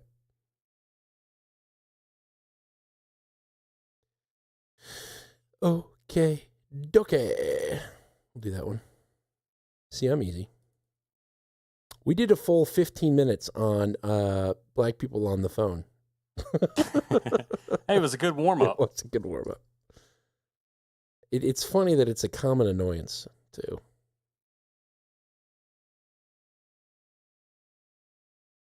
I'm half expecting Wolf to send over one with Christy Noem's husband on it. Considering he hopped into the chat as Fed Boy, I don't know how committed he is to that. He heard our desperate plea. He's like, "Ugh." Yes, and he delivered. I want to watch SVU with you, honey, but I gotta go make some art quick. No, we do appreciate you, Wolf. Thank you very much. We thought we lost you. I think last week's episode, I go, remember Wolf? What happened to that guy? We're glad you haven't fallen off like other artists have, whose names will be not mentioned here.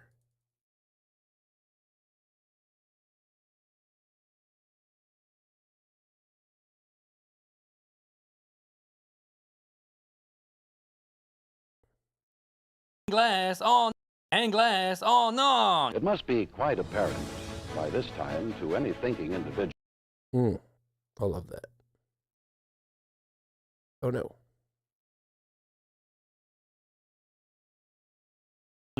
Yes, of course.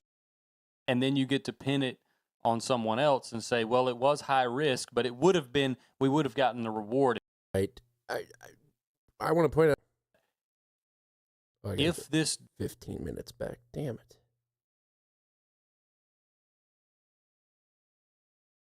Holding the area around the strait, if their goal of my right arm, and then sure. Of anytime of my St. Louis mitt over there. Okay. Well, I wanted to ask how you were doing because I feel like last week we never under combat leftover. All right, I'm happy with that. Okay, I thought it was a good show, good rebound. I think so too. I'm gonna reboot my router and then I just go on about all the cool apps I've installed on my my local home server. The audience at the time cares, but the audience at large does not. Okay, well, I'm going to go prepare the house for a sleeping child to arrive soon. Oh boy, might have been asleep since 7:10. Wow. They sleep from 7 to 7. Is that not amazing? Amazing. Do you have to do any sleep training, or do they just naturally fall into a good rhythm? No, like don't pick them up when they cry type stuff. Not really any of that. There's been a couple of nights where they've been fussy, but for the most part they've just been sleeping. And one of the good things is we never had them in our room with us, so we never were like constantly tending to them. And they learned how to kind of listen to the other one cry and not cry themselves. Yeah, I'm sure that helps. Yeah, very much so. So it's like, yeah, at 7 p.m. we put them down, and I don't even think about it again until the morning. It's like, that's how consistently they sleep. And I'm for sure knocking on this composite and pretending it's wood right now.